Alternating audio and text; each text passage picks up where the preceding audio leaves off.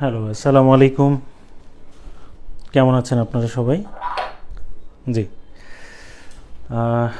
আমি একটু লিঙ্কটা শেয়ার করে দিচ্ছি, একটু অপেক্ষা করবেন। আপনারা সবাই একটু শেয়ার করে দিতে পারেন যদি। সবাইকে আমি লিঙ্কটা দিচ্ছি, একটু অপেক্ষা করতে হবে, কেমন?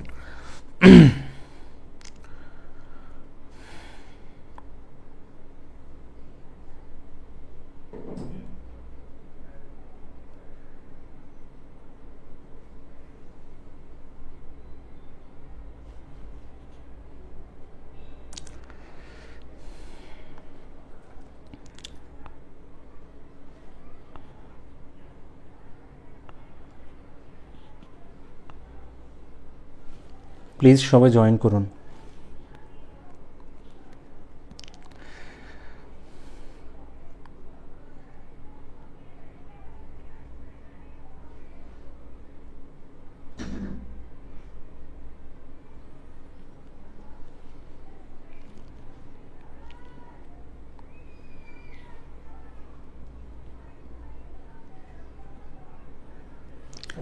সবাই জয়েন করুন প্লিজ।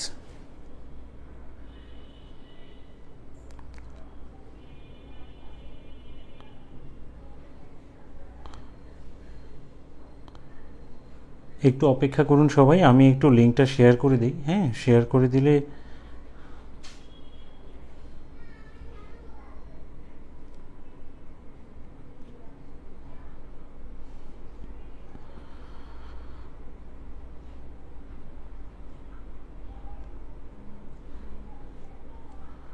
আমাদের যে প্রাইভেট গ্রুপগুলো আছে সেখানে একটু শেয়ার করে দিচ্ছি।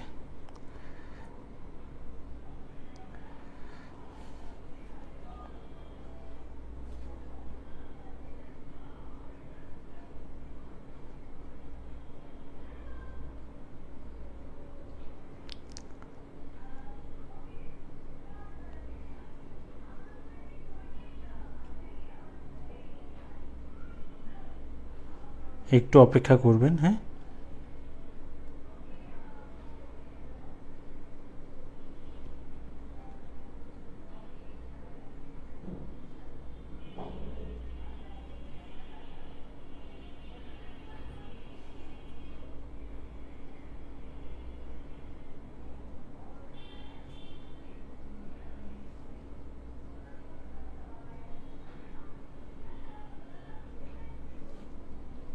ঠিক আছে, আমরা তাহলে শুরু করতে পারি। আপনাদের কমেন্টসগুলো দেখার জন্য, চেক করার জন্য আমি একটু করে নিলাম। জি, ওয়ালাইকুম আসসালাম। জি, আলহামদুলিল্লাহ ভালো আছি। ভালো আছেন সবাই না?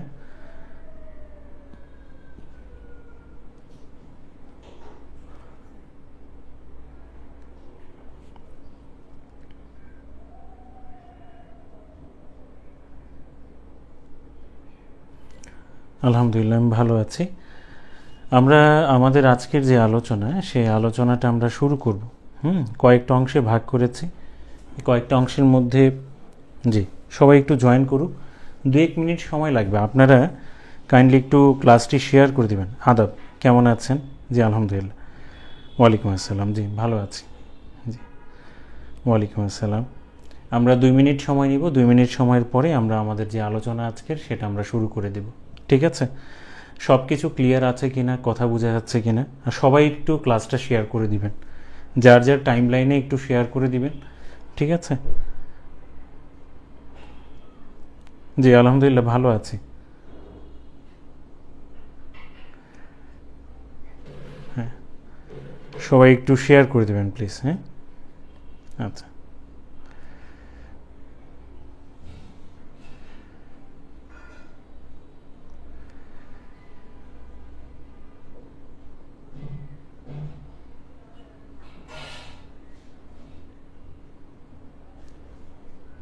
হ্যাঁ, সব কিছু যদি ঠিকঠাক থাকে আর 1 মিনিটের মধ্যে আমরা ক্লাসটা শুরু করব। হ্যাঁ, আসলে ক্লাস তো না, আমি একটু রাখলাম আপনাদের কমেন্টসগুলো দেখার জন্য আর কি। জি, মানে যাতে তাৎক্ষণিকভাবে একটু মানে চেক করতে পারি, এই আর কি। বেশ অনেকগুলো বিষয় মানে আমরা আজকে একটু কথা বলবো। অনেকগুলো বিষয় বলতে গেলে কোথা থেকে শুরু করব, কিভাবে শুরু করব, আমরা কিভাবে পড়া উচিত, পড়ার ধরনটা কেমন হওয়া উচিত এই বিষয়। লাস্ট ক্লাসে তো একটা বিষয় উপলব্ধি করার চেষ্টা করেছিলাম আমরা, সেই বিষয়টা হচ্ছে যে আমরা আসলে আমাদের প্রস্তুতির যে বিষয়টা, প্রিপারেশনের যে বিষয়টা, সেটা আসলে কেমন হওয়া উচিত। আমরা কি শুধু প্রিলির মতো করেই পড়ব, নাকি প্রিলির পাশাপাশি রিটেনটা পড়ব, দুটো একসাথে কভার করে নিব? যাদের হাতে সময় আছে তারা কি লিখিত পড়ার দরকার আছে, নাকি শুধু প্রিলি পড়লেই হবে? ঠিক আছে, এরকম অনেকগুলো বিষয়। আচ্ছা, তো সব কিছু যদি ক্লিয়ার থাকে তাহলে আপনারা একবার ওকে বললে আমি শুরু করব আর কি আমাদের আজকের আলোচনা।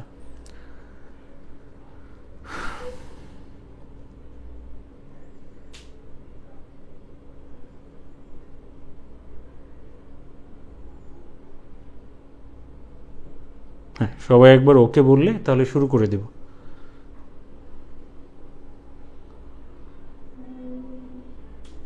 ঠিক আছে, আসুন আমরা আমাদের আলোচনাটা শুরু করি।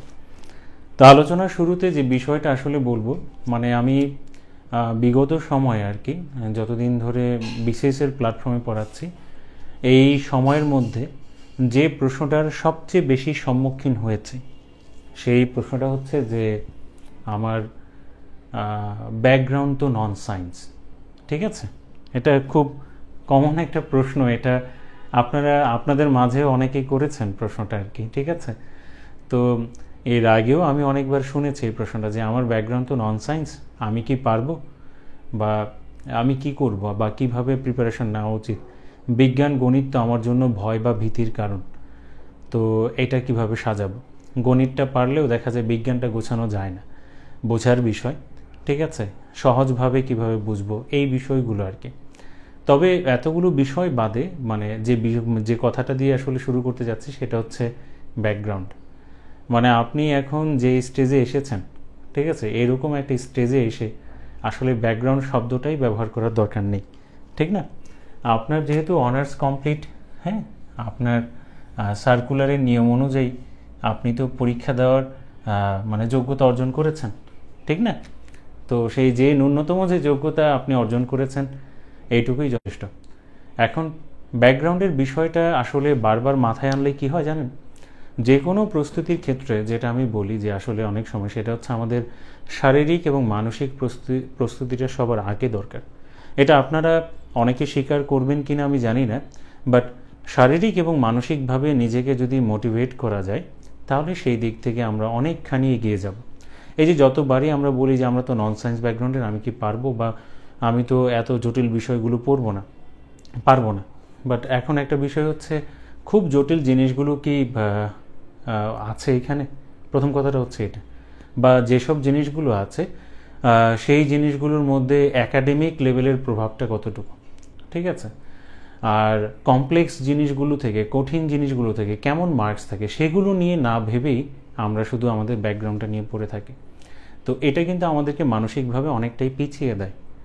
এবং আমি এমনও অনেককে দেখেছি যারা আসলে অনেক সময় প্রিলিতে গণিত এবং বিজ্ঞানকে স্কিপ করে আপনার কিন্তু অনেক ক্ষেত্রেই কয়েকটা অ্যান্সার করে আপনার প্রিলি কোয়ালিফাই করেছে।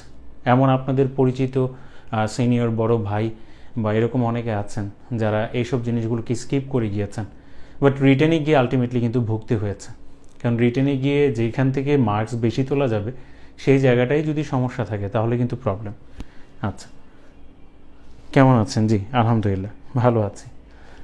তো এখন একটা বিষয় খেয়াল করে দেখেন, যে বিষয়টা আপনারা সবসময় কিন্তু মানে ছোটোবেলা থেকে একটা গল্প কিন্তু প্রায় সময় শুনে এসেছেন, হাতির যে গল্পটা, মনে আছে কিনা আমি জানি না।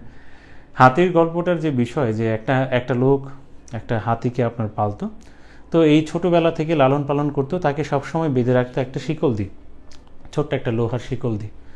তো এই হাতিটা যখন বড় হয়ে গিয়েছে, তো এই বড় হওয়ার পরেও সেই লোহার শিকলটা দিয়ে, ছোট শিকলটা দিয়ে তাকে বেঁধে রাখে। এখন একদিন সেই ফার্মে, মানে ওই লোকটার কাছ দিয়ে বেশ কয়েকজন যাওয়ার সময় এরকম তো শুনেছেন যে একজন জিজ্ঞাসা করেছিল যে আসলে এত বড় একটা জিনিসকে ছোট্ট একটা শিকল দিয়ে বেঁধে রেখেছে, এটা তো যে কোনো সময়ই বাধাকে অতিক্রম করতে পারে, কিন্তু সে তো আসলে সেটা করে না, ঠিক না? কারণ ছোটোবেলা থেকেই তার মাইন্ড সেট হয়ে গিয়েছে যে এই শিকল এর বাধাটা আমি কখনোই পার হতে পারবো না, তার মানে আলটিমেটলি আমি সামনে আগাতে পারবো না।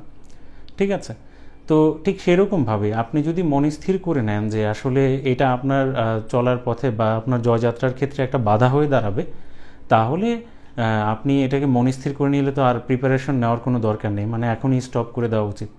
আর আপনি যদি সামনের দিকে মুভ অন করতে চান, আপনি যদি চান যে সিভিল সার্ভিসে আপনি আসবেন, জয়েন করার ইচ্ছা আছে, আপনার চাকরি করার ইচ্ছা আছে, একটা প্যাশন আপনার মধ্যে কাজ করে, তাহলে আপনাকে সবার প্রথমে উচিত এগুলোকে কিছু মনে না করে কাজ করা উচিত, যে আসলে কিভাবে এই প্রবলেমগুলোকে উতরে যাব। ঠিক আছে, সবার প্রথমে যে জিনিসটা দরকার শারীরিক এবং মানসিক প্রস্তুতি। এবং আরও একটা প্রশ্নের সম্মুখীন হয়েছে, যেটা হচ্ছে যে কিভাবে পড়বো, কোথা থেকে পড়বো, তারপর হচ্ছে যে কোন বইটা পড়লে ভালো হয়। ঠিক আছে, কোন জিনিসটা মানে কোন বইটা বাজারের মধ্যে সবচেয়ে বেশি ভালো। তো এখন একটা জিনিস খেয়াল করে দেখেন, যখন এই ধরনের প্রশ্নগুলো করে, তার বিপরীতে যখন আমি তাকে জিজ্ঞাসা করি যে আচ্ছা আপনি কখনো কি সিলেবাসটা একবার দেখেছেন, যে ওইখানে তো একটা আউটলাইন দেওয়া আছে, একটা পরিধি দেওয়া আছে যে কতটুকু কি পড়বেন, তার একটা স্ট্রাকচার দাঁড় করানো আছে। কিছু প্রশ্ন বাইরে থেকে হোক সেগুলো বাদ দিচ্ছি, বাট মানে একটা পরিধি তো আছে, যেটা 35-এর আগে ছিল না, এখন তো আছে। তো এখন বিষয়টা হচ্ছে, তখন ম্যাক্সিমাম ক্ষেত্রে আমি উত্তরটা পেয়েছি কি জানেন, সিলেবাসটা দেখি নাই, সিলেবাসটা তো স্যার দেখা হয়নি। তাহলে দেখেন, এক তো সে মানসিকভাবে নিজেকে এই করে নিয়েছে যে এক নন সায়েন্স ব্যাকগ্রাউন্ডের, সে এমনিতেই পিছিয়ে, সায়েন্সওয়ালারা আগায় গেছে, তারা কেন ক্যাডারে আসবে। আর আরেকটা বিষয় হচ্ছে যে এই যে আপনার এরকম একটা টেন্ডেন্সি। তো এখন দেখেন, এই বিষয়গুলোকে আমরা আসলে কি করতে পারি, যে সিলেবাসটাকে দেখি না, না দেখেই যে কোনো একটা বই থেকে পড়া শুরু করে দিই, এটা কি আদৌ ঠিক? আপনি সিলেবাসটা না দেখলে কখনই আপনি এতটুকু নির্ধারণ করতে পারবেন না যে আসলে কতটুকু পড়বেন, কতটুকু বাদ দিবেন, কোন জিনিসগুলো বেশি ইম্পর্টেন্ট, কোন জিনিসগুলোর গুরুত্ব কমে গিয়েছে। এই বিষয়গুলো তো সিলেবাসটা অ্যানালাইসিস এবং কোশ্চেন অ্যানালাইসিস না করলে হবে না। এই কারণে আমার প্রথম পরামর্শ যেটা সব সময় থাকে এই ধরনের কোশ্চেনগুলো করার ক্ষেত্রে, প্রথম কথা হচ্ছে ব্যাকগ্রাউন্ডের কথা ভুলে যাবেন। এখন আমরা সবাই মানে মানে লেভেল প্লেয়িং ফিল্ডে আছি, সোজা কথা, এক কথায় সবাই সমান। কারো অ্যাডভান্টেজ থাকবে, তার মানে যে আপনার অন্যদিকে অ্যাডভান্টেজ নেই, বিষয়টা কিন্তু এমন না। আর আরেকটা বিষয় হচ্ছে যে এই যে পড়াশোনার ক্ষেত্রে সিলেবাসটা না দেখে পড়াশোনা করাটা, শুরু করাটা, এটা কিন্তু ভালো না। তাহলে আমাদেরকে কি করতে হবে, ব্যাকগ্রাউন্ড ভুলে যেতে হবে, সিলেবাসটা ভালোভাবে দেখতে হবে, এবং আমাদের কোশ্চেন ব্যাংক লাগবে। শুধু কোশ্চেন থাকলেই হবে। এই কোশ্চেন ব্যাংকের যে বিষয়টা, সিলেবাসটা যদি বারবার দেখি তাহলে বুঝতে পারবো প্রিলিতে কী আছে, রিটেনে কী আছে। আর কোশ্চেন ব্যাংকটা দেখলে অন্তত বুঝতে পারবো যে আমি বিগত সময়ে এই যে ছোটোবেলা থেকে গ্র্যাজুয়েশন অবধি আমি যে পড়াশোনাগুলো করে আসলাম, যে বইগুলো আমি পড়লাম, সেখান থেকে আমি যা শিখেছি বা আমার যা মনে আছে বা আমি যা চর্চা করেছি, তার কিছু ধারণা থেকে আমি ওই কোশ্চেনগুলো সলভ করতে পারি কি না, বা কিছুটা ধারণা দিয়ে আমি সেখান থেকে কিছু মার্কস ক্যারি করতে পারবো কি না। তো প্রশ্নগুলো দেখলে একটা ধারণা চলে আসবে যে কী ধরনের প্রশ্ন হচ্ছে, কেমন ধরনের প্রশ্ন হচ্ছে, নিজেকে আপ টু ডেট রাখা যাবে। তারপর প্রিপারেশনটা শুরু করা উচিত। ঠিক আছে, তাহলে একটা বিষয় গেল, ব্যাকগ্রাউন্ডটা ভুলে যাব, সিলেবাসটা ভালোভাবে দেখব, প্রিলি এবং লিখিত দুটোই। আর এই যে বিষয়টা, একটা সমস্যা আমাদের সমস্যায় পড়তে হয়, সেটা হচ্ছে যে এই যে প্রিলিমিনারি এবং লিখিত সিলেবাসটা হয়তো আমরা দেখব, কিন্তু অনেক সময় আমরা এই দুইটা জিনিসকে এক করব না, একসাথে মানে মিলাইয়া দেখব না যে আসলে কোনো টপিকে আদৌ মিল আছে কি না, নাকি প্রিলিমিনারি জিনিসটাই পুরোপুরি আলাদা। ঠিক আছে, মঙ্গল গ্রহের কোনো একটা কিছু আর লিখিতটা পৃথিবীর কোনো একটা কিছু। ঠিক আছে, তো এই বিষয়টা কিন্তু মানে আমাদেরকে একটা ভোগান্তিতে ফেলবে, যার কারণে ম্যাক্সিমাম ক্ষেত্রে আমরা অনেকেই যারা বেশ কয়েকবার বিসিএস দিয়েছেন, তারা প্রাথমিক অবস্থায় হয়তো বেশ কয়েকজন এরকম কাজ করেছেন যে প্রিলিমিনারির সময় শুধু প্রিলিমিনারির মতো করে পড়েছেন, রিটেনের সময় রিটেনের মতো করে পড়ার চেষ্টা করেছেন। ওই সময় প্রিলিমিনারি হওয়ার পর রিটেনের একটা ভালো গ্যাপ থাকতো, একটা ভালো সময় পাওয়া যেত। রিসেন্ট টাইমে আমরা কিন্তু দেখছি যে আসলে অত বেশি সময় পাওয়া যাচ্ছে না, সময় স্বল্পতা। তাহলে কি আপনি মনে করেন যে 200 মার্কসের প্রিপারেশন আপনি নিচ্ছেন, সব মিলিয়ে একটা সার্কুলার ধরেন, এই যে আপনার নভেম্বরের 30-এ হলো, সে মনে করেন ডিসেম্বরে আমরা অ্যাপ্লাই করে, জানুয়ারি থেকে আমি ধরছি, তো ধরেন মার্চ বা এপ্রিলে পরীক্ষা হলো, আমি ধরে নিলাম এপ্রিলে পরীক্ষা, এখন ধরেন এপ্রিল টু এপ্রিল, ঠিক আছে। তা আপনি 12 মাস 10 মাসে আপনি কি করেন যে 200 মার্কসের প্রিলির প্রস্তুতি নিচ্ছেন, কথাটা খেয়াল করেন। আর 900 মার্কসের আপনার রিটেন, আমি সাবজেক্টিভ বিষয়টা একটু আলাদা করে রাখছি, মানে সাবজেক্টিভ বিষয়টাকে বাদ দিয়ে যে 900 মার্কসের জেনারেল ক্যাডারের যে পরীক্ষাটার বিষয়টা, সেই 900 মার্কসের পরীক্ষার প্রিপারেশন নিচ্ছেন আপনি কত মাসে? 3 মাসে, 4 মাসে, 6 মাসে, মানে তার অর্ধেক সময়। তাহলে আপনি চিন্তা করে দেখেন 200 মার্কসের প্রিপারেশন আর 600 মার্কসের প্রিপারেশন, এই 900 মার্কসের প্রিপারেশন, সরি। তো মানে এইখানে আমরা সময় কম পাচ্ছি, কিন্তু আমরা এই কম সময়ের মধ্যে এটা প্রিপেয়ার করার চেষ্টা করছি। তাহলে কি হবে? তাহলে তো হবে না। তাহলে কি করা উচিত? একটু এগিয়ে রাখতে হবে। আর সেই এগিয়ে রাখার দিক থেকে আমি লাস্ট ক্লাসে আপনাদেরকে বলেছিলাম যে আসলে আপনারা প্রতিযোগিতায় অনেকটা বেশি এগিয়ে থাকবেন যারা প্রথমবার প্রিলিমিনারি প্রস্তুতি নিচ্ছেন, বা যারা শুরু করেছেন যে 47 হচ্ছে আমার টার্গেট। আগে কি হয়েছে আমি জানি না, বাট 47টাই হচ্ছে আমার টার্গেট। এই 47-এ যেভাবেই হোক আমাকে ভালো করতে হবে। তো এরকম একটা মনোনিবেশ যারা করেছেন বা মাইন্ডসেট করেছেন, তো তাদের উচিত যে আসলে বেসিক্যালি যে আপনার ইংরেজি, গণিত এবং বিজ্ঞান, বিশেষ করে বিসিএস এর ক্ষেত্রে এই 3টা সাবজেক্টকে রিটেন ভিত্তিক মানে হচ্ছে প্রিপারেশন নেওয়া। প্রিলির স্টাইলে যখন সার্কুলারটা হয়ে যাবে তখন ওই সময় থেকে পড়া শুরু করবেন প্রিলির স্টাইলে, বাট রিটেনটাকে ফোকাস করে, বিশেষ করে যে টপিকগুলো কমন প্রিলিতেও আছে, রিটেনেও আছে। লাস্ট ক্লাসে আমি এই কথাটা বলেছিলাম, আজকে আর 1 বা 2 মিনিটের জন্য আমি আর কি বলবো। আচ্ছা, এখন একটা বিষয় খেয়াল করে দেখেন যে আমরা এর আগে বলেছিলাম যে আসলে লিখিত যে অংশ, সেই লিখিত অংশে 100 মার্কসের মধ্যে আমরা দেখব যে ফিজিক্স থেকে কিছু আলোচনা আছে, লাইট, সাউন্ড অ্যান্ড ম্যাগনেটিজম, আলো, শব্দ এবং চুম্বকত্ব। এটা কিন্তু ফিজিক্সের অংশ, ঠিক না? আচ্ছা, ফান্ডামেন্টাল আলোচনা ফিজিক্সের থেকে। আমরা যদি দেখি acid, base, salt, our resources, atmosphere, water, polymer, ঠিক আছে, এই যে পরবর্তী যে অংশটা, এই অংশটার দিকে যদি আমরা তাকাই, এইটা কিন্তু কেমিস্ট্রির অংশ, বেসিক কেমিস্ট্রির অংশ। আর পরবর্তী যে অংশটা ফুড অ্যান্ড নিউট্রিশন, ঠিক আছে, biotechnology, disease and health care, এই যে অংশটা, এটা আমি বায়োলজির অংশ হিসেবে ধরতেছি। বায়োলজিতে বোটানি এবং হচ্ছে কি জুলজি, এই যে 2টা অংশ।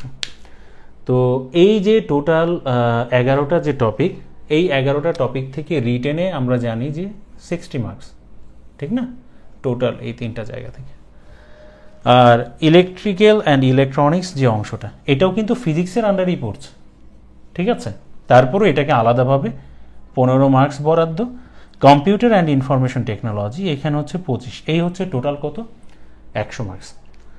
এখন আরেকটা বিষয়, আমি এই কথাটাও বলেছিলাম, এই যে প্রিলিমিনারিতে আপনি এই যে অংশটা, এটা যদি একটু খেয়াল করেন, প্রিলিমিনারিতে আমরা যদি একটু খেয়াল করে দেখি যে ভৌত বিজ্ঞান যে অংশটা, যেখানে 5 মার্কস বরাদ্দ, সেখানে পদার্থ এবং রসায়নের বেসিক জিনিসগুলো আলোচনা করা আছে। আপনার এই অংশটা পুরোটাই কিন্তু এখানে আছে। আপনি হয়তো এখানে শুধু কিছু লিনিয়ার তথ্য পড়েন প্রিলিমিনারি পড়ার সময়, কিন্তু প্রিলিতে আপনি সময় বেশি পাচ্ছেন। রিটেনে প্রিলিমিনারি পরীক্ষার পর রিটেনের জন্য কম সময় পাওয়া যায়।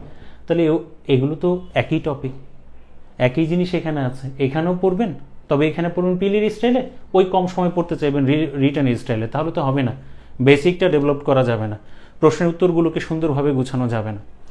তারপরে আবার একটা বিষয় খেয়াল করেন, ইলেকট্রিক্যাল অ্যান্ড ইলেকট্রনিক্সের যে অংশটা, সেই জায়গা থেকে বেশ কয়েকটা টপিক কিন্তু আমি বলেছিলাম যে আপনাদের এই যে আধুনিক বিজ্ঞান আপনার আলোচনা করা হয়েছে, পুরোটা নেই, কিছু বেসিক ফান্ডামেন্টাল জিনিস, এবং বিদ্যুতের যে বিষয়টা, সেটা আবার ভৌত বিজ্ঞান অংশে আলোচনা করা হয়েছে।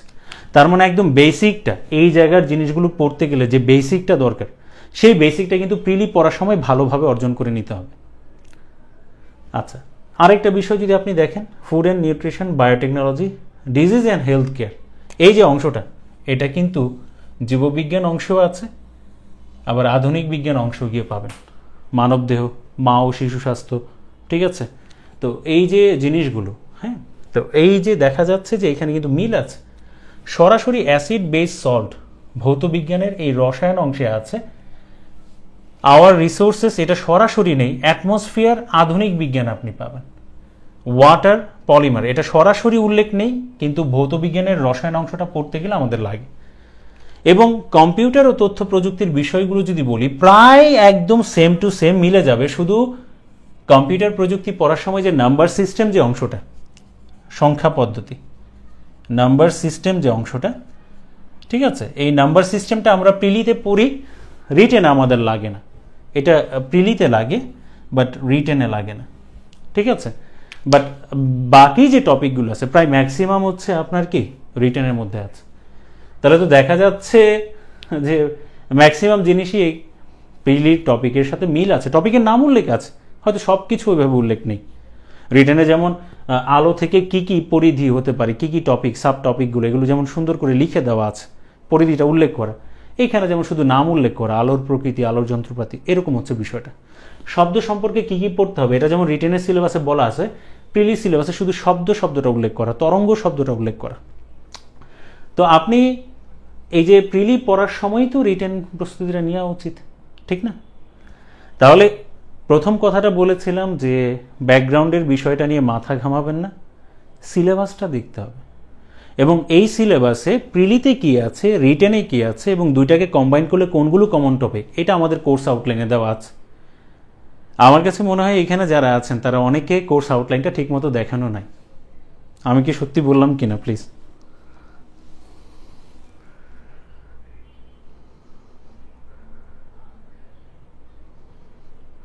মানে এটা একটু বলবেন যে আমি কি মিথ্যা বললাম, যে আসলে যে মানে অনেকে এই আমাদের যে আউটলাইনটা কোর্স আপনারা করবেন, আপনারা সম্মানই দিয়েছেন, কিন্তু অনেকে আসলে কোর্স আউটলাইনটাই দেখে না।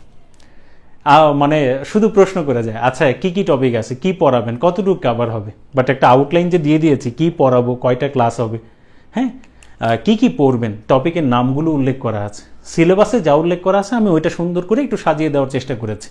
প্রিলি লিখিত, প্রিলিতে আছে রিটেনে নেই, সেখানে ক্রস দিয়ে দিয়েছি, রিটেনে আছে প্রিলিতে নেই, সেখানে ক্রস দিয়ে দিয়েছি। দুই জায়গায় আছে, দুই জায়গায় থাকলে কি কি টপিকের নাম উল্লেখ করা, এটা কিন্তু আমি লিখে দিয়েছি। তাহলে ওই যে দুই জায়গায় আছে এই জিনিসগুলো অন্তত আপনি প্রিলি পড়ার সময় পড়ে নেন। বাকি অল্প কিছু জিনিস থাকবে, সেটা না হয় ওই 3 মাসে 4 মাসে আপনি পড়তে পারবেন, কিন্তু আপনি যদি এখন ওইটা না করেন তাহলে তো হবে না।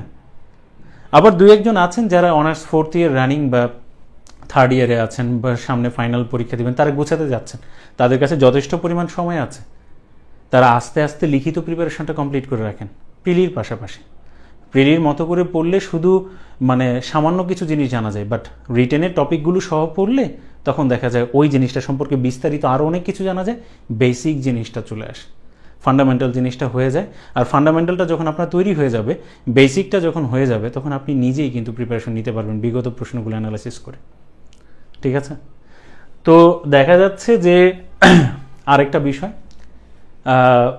মানে আমি এখানে একটা কোশ্চেন মার্ক দিয়ে রাখছি যে অনেকে এটা প্রিলি ও লিখিত একসাথে পড়া দরকার, কি দরকার, ওই কি দরকার বা কেন দরকার, তার জন্যই আমি ছোট করে একটু বললাম, যেহেতু আগের ক্লাসে অনেক কথা বলেছি তাই এই ক্লাসে বেশি বলছি না, কারণ আপনারা সিদ্ধান্ত নিয়েছিলেন। আচ্ছা, কোন বই পড়বেন এটার ব্যাপারে আমি বলবো। এখন এত সময় কেন? এখন দেখেন, আপনি একটা টেম্পোরারি তো প্রিপারেশন নিচ্ছেন না, আপনি একটা স্থায়ী প্রিপারেশন নিচ্ছেন। আপনার কাছে এই বছরের সব মিলিয়ে ধরেন 6-7 মাস আছে, আগামী বছরের হয়তো আপনি 2 মাস সময় পেলেন, তো সব মিলিয়ে 9 মাস, আমি ধরলাম 8 মাস। 8 মাস কিন্তু একটা ভালো সময়। এই সময়ের মধ্যে আপনি শুধু ইংরেজি, গণিত এবং বিজ্ঞানের কমন টপিকগুলো আপনি এখনই লিখিত কভার করে রাখেন। প্রিলিটা তো প্রিলি পড়বেনই, বাট ওই কমন টপিকগুলো লিখিতর মতো করে কভার করে রাখেন, দেখবেন অনেকখানি বিষয় আপনার আঁকা যাবে। যেমন ধরেন ইংরেজির ক্ষেত্রে আপনি করতে পারেন যে ট্রান্সলেশনটা প্র্যাকটিস করতে পারেন। ভোকাবুলারি পড়ে অনেকে মাথা নষ্ট করে ফেলে। আমি মনে করি যে আপনার তো এসে লিখতে হবে, বিভিন্ন আর্টিকেল সম্পর্কে লিখতে হয়, তো এর জন্য আপনি যেটা করতে পারেন, কিছু মানে প্রতি বছরই তো কিছু হট টপিক থাকে, ঠিক না? এরকম 20, 25 বা 30টার মতো হট টপিকের ভোকাবুলারি এনরিচ করেন। আমাদের লিবারেশন ওয়ার সম্পর্কে লিখতে বললো, বাট লিবারেশন ওয়ারের আপনার হচ্ছে ভোকাবুলারি আমাদের এনরিচ না। বাট আমি ধরেন ওই যে ব্যারন স্টোফেলের বা যে ভোকাবুলারি যে বইগুলো আছে, ব্যাংক ভোকাবুলারি, এগুলো সব পারি। তো আমি ওই টপিকটা লিখবো কীভাবে? ওই টপিকে তো ওই যে বইগুলোতে তো আর টপিক রিলেটেড ওইভাবে লেখা নেই। তো এরকম কিছু নির্দিষ্ট টপিক এবং ট্রান্সলেশনটা মানে ওইটার উপর যদি আপনি ভোকাবুলারি এনরিচ করেন আর ট্রান্সলেশনটা শুধু মানে প্র্যাকটিস করেন ভালোভাবে, আপনার আর কিছু দরকার নেই। কারণ আপনি যা বলতেছেন, যা পারেন, এটা যদি মানে ট্রান্সলেট করতে পারেন এবং সেন্টেন্সের যে ব্যবহার, বিশেষ করে যে ভ্যারিয়েশনগুলো, সিম্পল, কমপ্লেক্স, কম্পাউন্ড দিয়ে যে ভ্যারিয়েশনগুলো তৈরি করা যায়, এগুলো যদি আপনি গ্রামার দিয়ে যদি মোটামুটিভাবেই করে ফেলতে পারেন, সেন্টেন্স স্ট্রাকচারটা সুন্দর করতে পারেন, তাহলে কিন্তু আর কিছু লাগছে না। তো খুব বেশি বেগ পেতে হবে না, প্রিলি পড়ার সময় এটা করে নেন না। গণিতের ক্ষেত্রে যেহেতু কম সময় থাকে, অনেক ক্ষেত্রে দেখা যায় যে জেনারেল ম্যাথ বইটাকে ফোকাস করে পড়েন, কিন্তু ওই একই জিনিস, একই টপিক, যেমন সূচক লগারিদম জেনারেল ম্যাথ বইয়ে আছে, হায়ার ম্যাথ বইয়ে আছে, ঠিক আছে? আপনি আবার একটা জিনিস খেয়াল করে দেখেন, যেমন সম্ভাব্যতার মতো যে বিষয়টা, এটা কিন্তু জেনারেল ম্যাথ বইতে নেই, আবার হায়ার ম্যাথ বইতে আছে। তো এই যে আপনি যখন একই টপিক, সিমিলার টপিকগুলো পড়তেন, সেট ও ফাংশন সম্পর্কে আপনি পড়ছেন, এটা জেনারেল ম্যাথ বই আছে, হায়ার ম্যাথ বই আছে। জেনারেল ম্যাথ বইগুলো করতেছেন বা যে কোনো একটা গাইড বই ধরে করতেছেন, হায়ার ম্যাথ বইটা ধরতেছেন না। তো আপনি ওই হায়ার ম্যাথের বইটাও করে ফেলেন না ওই সময়। যেগুলোতে ডাউট থাকে, আপনি যে মেন্টরের আন্ডারে পড়তেছেন তাদেরকে জিজ্ঞাসা করুন। এইভাবে ম্যাথ, ইংরেজিটা আপনি আগায় রাখেন। ইংরেজি সব পড়তে হবে বিষয়টা এমন না, ওই দুটো জিনিস আপনি ক্লিয়ার করেন। আর বিজ্ঞানের ক্ষেত্রে আমি যেটা বলছি আসলে, তো বিজ্ঞানের ক্ষেত্রে আপনারা এইভাবে প্রিলি রিটেন কম্বাইন করে প্রায় ম্যাক্সিমাম 75% টপিকের মিল, তা আপনি কেন এইভাবে নেবেন না প্রিপারেশনটা? আচ্ছা, আরেকটা বিষয় যে এত সময় কেন লাগবে? একটা স্থায়ী প্রিপারেশন নেওয়ার ক্ষেত্রে আমাদের কিন্তু একটু সময় দিয়ে পড়তে হবে। অনেক সময় বলে আপনার কোর্স অনেক লং, অনেক করে পড়ান আপনি, ঠিক আছে, আস্তে আস্তে ধীরে ধীরে পড়েন, ঠিক আছে, বা এত সময় আপনি কেন নেন? আমাদের তাড়াতাড়ি শেষ করে দিলেই হয়। দেখেন, হয়তো আপনি ভালো বুঝেন, এই কারণে হয়তো আপনি প্রশ্ন করেছেন যে যেন তাড়াতাড়ি শেষ হয়ে গেলে আপনার জন্য ভালো হয়, কিন্তু সবাই তো এমন না। বিজ্ঞান কোর্সটা মূলত করেই কিন্তু যারা নন সায়েন্স ব্যাকগ্রাউন্ডের, তাদেরকে ফোকাস করে আমাদেরকে পড়াইতে হয়।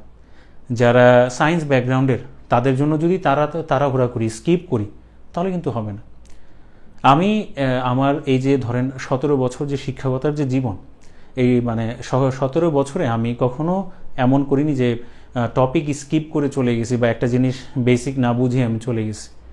সবসময় চেষ্টা করেছি যে একটা জিনিসের এমনভাবে উপস্থাপন করতে যাতে করে সামনে আমার যে ধরনের অডিয়েন্স থাকুক, হোক সে সায়েন্স ব্যাকগ্রাউন্ডের, হোক সে নন সায়েন্স ব্যাকগ্রাউন্ডের, তাদের কাছে যেন সহজ লাগে, বিষয়টা বোধগম্য হয়, ভাষাগুলো যেন সহজ, সরল, প্রাঞ্জল হয়, উপভোগ্য হয়।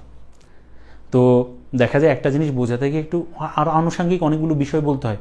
সব তো আর খাতায় লিখতে হবে না, কিন্তু আনুষঙ্গিক কথাগুলো বললে অনেক সময় মাথায় থাকে, বিষয়টা, কনসেপ্টটা ক্লিয়ার হয়।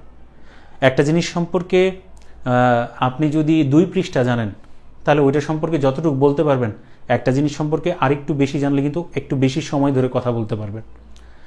তো এই যে এই কারণে হচ্ছে সময়টা একটু বেশি লাগে। পাশাপাশি আমাদের তো এখানে লিখিত জিনিসগুলো কমপ্লিট করতে হবে, এই কারণে হচ্ছে সময়টা বেশি। শুধু প্রিলি ভিত্তিক যদি হইতো তাহলে 4 মাস 5 মাসে হয়ে যেত, সত্যি কথা বলছি।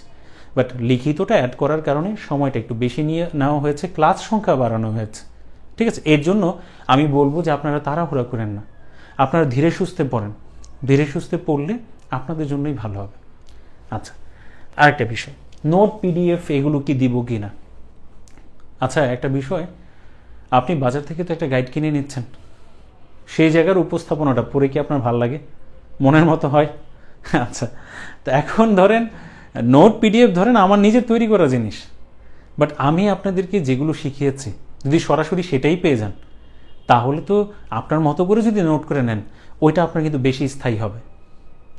আপনি নোট করে পড়লে ওই জিনিসটা আপনার বেশি স্থায়ী হবে, যেটা আমি রেডিমেড দিয়ে দিব তার তুলনায়।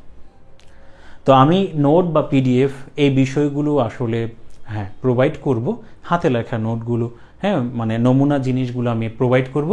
আপনার ওইখান থেকে তথ্যগুলো নিয়ে আপনার মতো করে ক্লাস করে তারপর সুন্দর করে আপনার মতো করে নোট করে নেবেন। কিভাবে নোট করবেন, লেখার ধরনগুলো কী হবে, সেগুলো আমি আজকে বলে দিব আপনাদেরকে। তো এই যে এখন এই যে বিষয়টা কিভাবে পড়ব, হ্যাঁ, কোন বই পড়বো এটা সবার লাস্টে বলবো, কিভাবে পড়বো, কিভাবে শুরুটা করব, সেই বিষয়গুলোতে এখন যাচ্ছি। তাহলে প্রিলি লিখিতর গুরুত্বটা আমরা বুঝতে পারছি। আমাদের এখন আর ওই ব্যাকগ্রাউন্ড নিয়ে ভাবার দরকার নেই, আমি পারবো কি না এটা নিয়ে ভাবার দরকার নেই, আমি জাস্ট কাজ করে যাব। কাজ করে গেলে ইনশাল্লাহ অবশ্যই ভালো কিছু করা সম্ভব। ফোকাস থাকবে কে আগায় গেল কে পিছিয়ে গেল এটা না, ফোকাস থাকবে আপনার কন্টিনিউয়াস প্রসেসের উপর, কন্টিনিউয়াস প্রসেসের উপর। আমি সবসময় একটা জিনিস বিলিভ করি যে আপনি যদি প্রতিদিনের কাজটা যদি কমপ্লিট করেন, হোম টাস্কগুলো কমপ্লিট করেন, প্রতিদিনের পড়াটা যদি কমপ্লিট করেন, তাহলে এই যে ফ্র্যাকশনাল পর্যায়ে যে পড়াটা চলে আসতেছে, মানে একটা দীর্ঘ সময় পরে গিয়ে, একটা লম্বা একটা সময় পরে গিয়ে আপনি এর ভালো একটা ফলাফল পাবেন। কিন্তু একদিনে অনেক বেশি পড়ে ফেলছেন, আরেকদিন পড়তেছেন না, তাহলে কিন্তু হবে না। এই বিষয়টা আমার চাইতে আপনারা ভালো বুঝেন। তা আমি আর ওইসব বিষয়ে কথা বেশি বাড়াবো না, ঠিক আছে?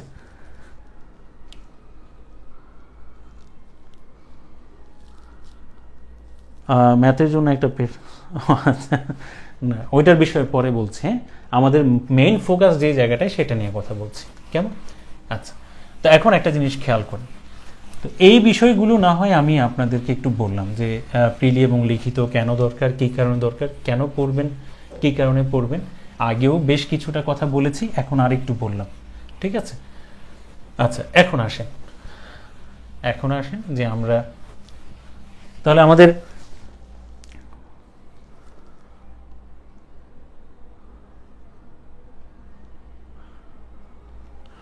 আচ্ছা, একজন প্রশ্ন করেছেন যে সব টপিক কভার হবে কিনা। না, লিখিত পরীক্ষার পরে মানে প্রিলি পরীক্ষার পরে গিয়ে কিছু ক্লাস মানে পড়া বাকি রাখবো বিষয়টা এমন না। আমি যেটা বেসিক্যালি চিন্তা করেছি, আপনারা যেহেতু বললেন এই প্রশ্নটা, তাহলে আমি একটু বলে দিচ্ছি। সেটা হচ্ছে সবগুলো ক্লাস প্রিলি পরীক্ষার অন্তত 2 মাস আগে আমি চিন্তা করেছি শেষ করে দিব। এর মধ্যে যদি আমার কোনো শারীরিক অসুস্থতা, কোনো ধরনের সমস্যা যদি না হয়, তাহলে এর বেশি সময় যাবে না। কিন্তু যদি মানে কিছু ক্ষেত্রে যদি সমস্যা হয়ে যায়, সেই ক্ষেত্রে হয়তো লিখিত ক্লাসের জন্য আরেকটু সময় বাড়বে। কিন্তু বাট এরকম হবে না যে আসলে প্রিলির পর গিয়ে রেখে দিব, এটা আমি চিন্তা ভাবনা করিনি। এটা আমি একদম আমার যে সৎ চিন্তাধারা সেখান থেকে আমি আপনাদেরকে ক্লিয়ার করলাম যে প্রিলি পরীক্ষার আগে লিখিত ক্লাস সহ আমি ক্লিয়ার করে দিব, ঠিক আছে? আচ্ছা, তো এই বিষয়টা জানতে চেয়েছিলেন, ব্যক্তিগত প্রত্যাশা। হ্যাঁ, আচ্ছা, হ্যাঁ, সবটাই শেষ করে দিব আর কি। আচ্ছা, তাহলে আমাদের প্রথম কাজ কি? আমি তাহলে প্রথম বিষয়টা আপনাদেরকে এখানে উল্লেখ করছি। আমাদের প্রথম কাজ হচ্ছে নাম্বার 1, 1 নাম্বার কাজ, সেটা হচ্ছে আমরা আমাদের কোর্স আউটলাইনটা দেখব। আমি একটা কথা বলি কি, কেউ যদি ধরেন আমার কাছে পড়তে হবে বিষয়টা এমন না, আমার কাছে আপনারা না পড়েন তাতে সমস্যা নেই, বাট কোর্স আউটলাইনটা যেভাবে তৈরি করে দিছি, ওই টপিকগুলো সম্পর্কে ধারণা নিয়ে নিজের মতো করে যদি পড়েন, গুছায় নেন, তাও অনেকখানি আগানো যাবে। তাহলে আমাদের প্রথম কাজটা হচ্ছে কোর্স আউটলাইনটা দেখব।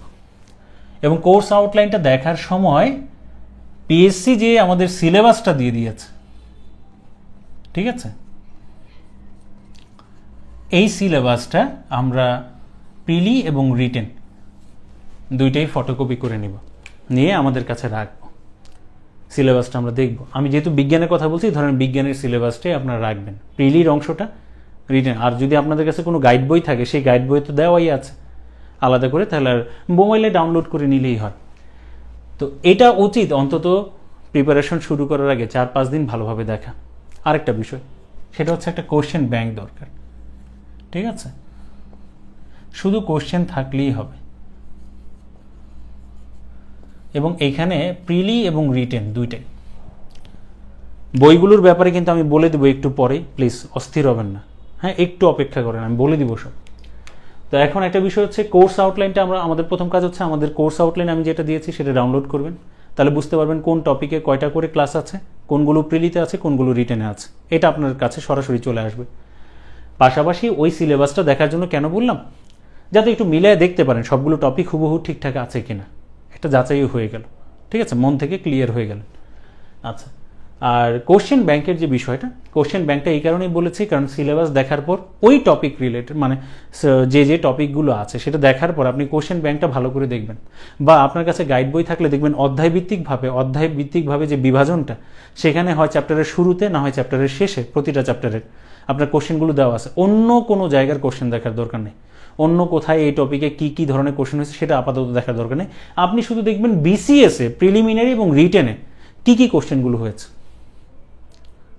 ওই কোশ্চেনগুলো দেখবেন, তাহলে বুঝতে পারবেন যে আসলে মানে প্রশ্নের ধরনটা কেমন। এটা হলো প্রথম কথা। আর কি ধরনের যে প্রশ্ন হচ্ছে এটা আইডিয়া হয়ে গেলে বুঝতে পারবেন কোন টপিকগুলো একটু গুরুত্ব পাচ্ছে, কোন টপিকগুলোর গুরুত্ব কম। এই বিষয়গুলো মোটামুটিভাবে একটু হয়ে যাবে। এই হয়ে গেল আমাদের সিলেবাস এবং কোশ্চেন অ্যানালাইসিস। এটাই ছিল আমাদের প্রথম কাজ, সিলেবাস এবং হচ্ছে কোশ্চেন অ্যানালাইসিস করা, ভালোভাবে দেখা। তাহলে আর কাউকে কখনো প্রশ্ন করবেন না আচ্ছা কি পড়াবেন, কি আছে, কয়টা ক্লাস নেবেন ওই টপিকের উপর, এই টপিকটা কি কভার হবে, এই টপিকটা কি প্রিলিতে আছে না ওই টপিকটা রিটেনে আছে, এই ধরনের কোশ্চেনগুলো আর করতে হবে না। ঠিক আছে। কোর্স আউটলাইন দেখুন, কোর্স আউটলাইন কই পাবেন? কোর্স আউটলাইন গ্রুপের মধ্যে, মানে আমাদের যে গ্রুপটা সেই গ্রুপটার মধ্যে দেওয়া আছে, অথবা আপনার যদি খুঁজে না পান আমার টাইম লাইনে পেয়ে যাবেন। যদিও আমার আগের আইডিটা হ্যাক হয়েছে, এরপরেও যদি না পান মানে হচ্ছে আমি আবার আপলোড দিয়ে দিব, আমাকে পার্সোনালি জিজ্ঞাসা করলে আমি দিয়ে দিব আপনাদেরকে। ঠিক আছে। আচ্ছা, তাহলে এটা হচ্ছে আমাদের প্রথম কাজ, যে আমরা কোর্স আউটলাইনটা দেখব, কোশ্চেন ব্যাংকটা দেখব। ঠিক আছে। আচ্ছা, এবার আসেন সেকেন্ড কাজের মধ্যে যাই। সেকেন্ড কাজ, ক্লাস তো করব, এখন ধরেন ক্লাস লাইভ করতে পারলাম না, সমস্যা নাই, রেকর্ড ক্লাস করে নেবেন। কিন্তু আমার অনুরোধ থাকবে ক্লাস জমাবেন না, ক্লাস জমাবেন না। আপনি কিন্তু শুধু আমার সাবজেক্ট পড়ছেন না, আপনি হয়তো কোথাও ইংরেজি পড়তেছেন, আপনি হয়তো কোথাও ম্যাথ পড়তেছেন, আমার কথাটা বুঝেন। আপনি কিন্তু বেশ কয়েকটা কোর্স করতেছেন, হয়তো সবগুলো কোর্সের টাইম নাও মিলতে পারে, তো নাও মিলতে পারে, পাশাপাশি দুইটা কোর্স হয়ে মানে দুইটা কোর্সের ক্লাস মানে আপনার পড়তে পারে, একই দিনে পড়তে পারে, তো সেই ক্ষেত্রে একটা প্রবলেম। তো এর জন্য আপনি রেকর্ড ক্লাসটা কমপ্লিট করে নেবেন। অবশ্যই আপনার নিজের যে কমফোর্ট যে জোন বা কমফোর্ট জোনের যে টাইমটা, সেই টাইমে আপনি কমপ্লিট করে নেবেন, কিন্তু আপনি ক্লাস জমাবেন না। আপনি চিন্তা করবেন এক সপ্তাহ পরে গিয়ে সবগুলো ক্লাস করবেন। আচ্ছা, সবগুলো ক্লাস একসাথে করার পর নোট করার চাপটা বাড়বে না, অন্য পড়ার চাপ আছে না, তাহলে এই পড়াটা জমে যাবে। এই পড়াটা যদি জমে যায়, এইভাবে দেখবেন 2-3 বার অটোমেটিক এরকম ঘটনা ঘটে গেছে। এরপর কি হবে জানেন? লাইভে পাবো একজন, লাইভে হয়তো এমনও দেখবো কেউ নাই, সত্যি কথা মনে হবে যেন আমি একা একা ভূতের সাথে কথা বলতেছি। এখনো তো আমি আপনাদেরকে দেখছি না, কিন্তু বাট আমি মাইন্ডসেট করে নিয়েছি আপনারা আমার সামনে আছেন। তো অডিয়েন্স মানে কোনো ধরনের কমেন্টস না আসলে তো আমি বুঝেই নিতাম আমি কারোর সাথে নেই, কেউই নাই আমার সামনে, ঠিক না? এই যে কমেন্টসগুলো দেখে মানে আমি এটা কিন্তু করছি আর কি। তাহলে এখন আমার কথাটা হলো ক্লাস জমাবেন না, রেগুলারলি ক্লাস করার চেষ্টা করবেন। 1-2টা ক্লাস ইনকেস গ্যাপ হয়ে গেলে ওটা তাৎক্ষণিকভাবে কমপ্লিট করে নেবেন। আর ক্লাসগুলো শেষ হয়ে গেলে আমি অবশ্যই যে ক্লাস নোটের যে বিষয়টা, মানে হাতে লেখা যে নোট, যেটা সবার সবচাইতে সুন্দর হাতের লেখা, তারটাই আমি আপলোড দিয়ে দিব। কেমন? তো ওই এতে করে একটা ধারণা পাবেন। বাট ক্লাস না করে যদি শুধু নোটটা দেখেন তাহলে কিন্তু আপনার ক্ষতি হবে। কারণ ক্লাসে একটা জিনিস পড়ানোর সময় অনেকগুলো বিষয় সম্পর্কে বলা হবে, তো আপনি হয়তো মানে এই বিষয়টাকে কিন্তু ওইভাবে উপলব্ধি করতে পারবেন না যদি সরাসরি হাতে লেখা নোটটা দেখেন। আচ্ছা, তাহলে সেকেন্ড কাজটা হচ্ছে রেগুলার ক্লাস করতে হবে। আপনার যতই কাজ থাকুক, আপনি ইংরেজি, গণিত, বিজ্ঞানের ক্লাস মিস করবেন না, জমাবেন না, অনুরোধ রইল, এগুলো জমাবেন না প্লিজ। যেগুলো বোঝার জিনিস, উপলব্ধি করার জিনিস, বিশেষ করে গণিত, বিজ্ঞান, মানে বোঝার অনেক কিছু আছে, তো এইসব জায়গায় আপনি শর্টকাট কোনো কিছু অ্যাপ্লাই করবেন না। ঠিক আছে। আচ্ছা, এবার আসেন ধরেন ক্লাস করলেন, ক্লাস করার সময় আপনি খাতাটা কিভাবে গুছাবেন, কথাটা বুঝেন, আপনি খাতাটা কিভাবে গুছাবেন। এখন এই খাতা তৈরি করার বিষয় আসতেছে 3 নম্বরে, খাতা তৈরি। ঠিক আছে, এই জায়গায় হচ্ছে মূল প্রয়োগটা আমরা করব। খাতা তৈরির বিষয়টা আমি 2টা ভাগে ভাগ করছি। এক, যাদের হাতে সময় কম,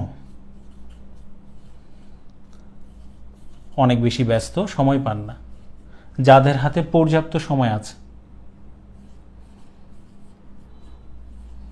বা যারা ডেডিকেটেড ভাবে কাজ করবেন, পর্যাপ্ত সময় আছে, এই 2টা ভাগে আমি ভাগ করছি। কেমন? প্রথমে যাদের হাতে সময় কম তাদের কথাটা আমি একটু বলি, ঠিক আছে? তারা সব সময় একটা নির্দিষ্ট খাতা ব্যবহার করবেন। আমি একটা নমুনা দেখাই। রেকর্ড ক্লাস শুনতে বিরক্ত না? ইংরেজি ক্লাস স্কিপ করে আসছেন? আরে আল্লাহ, তাহলে তো শেষ। এই বিজ্ঞানের চাইতে ইংরেজির গুরুত্ব অনেক বেশি, কারণ ম্যাক্সিমাম চাকরির ক্ষেত্রে তো ইংরেজি লাগে। ধরেন এরকম একটা খাতা, ঠিক আছে?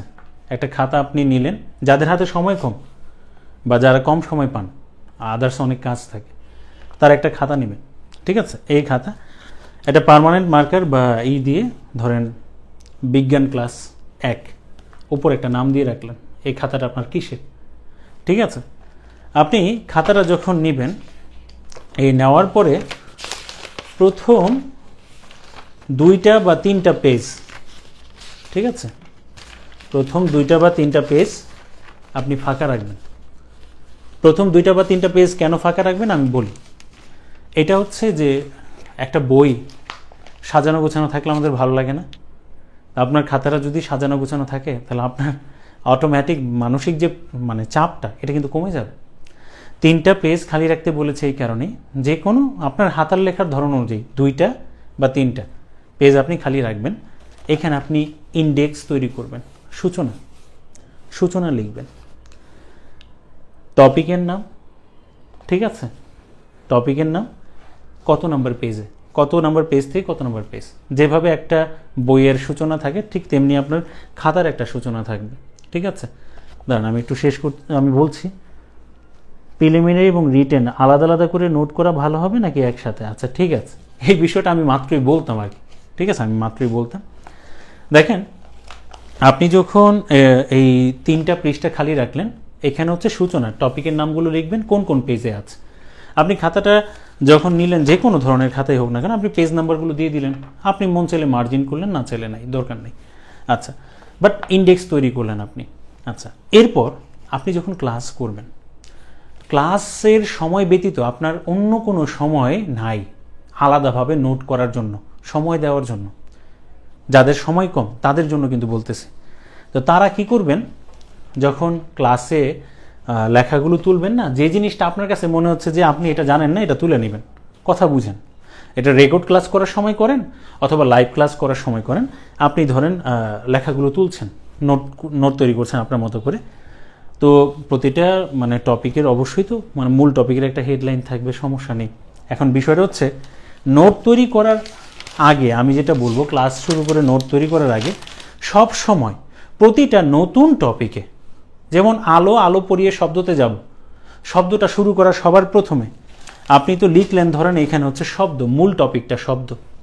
তো মূল টপিকটা যখন শব্দ লিখলেন, যেমন ধরেন আমি লিখলাম এই খাতাটার উপরে একটা হেডলাইন দিলাম, এটা হচ্ছে শব্দ, ঠিক আছে?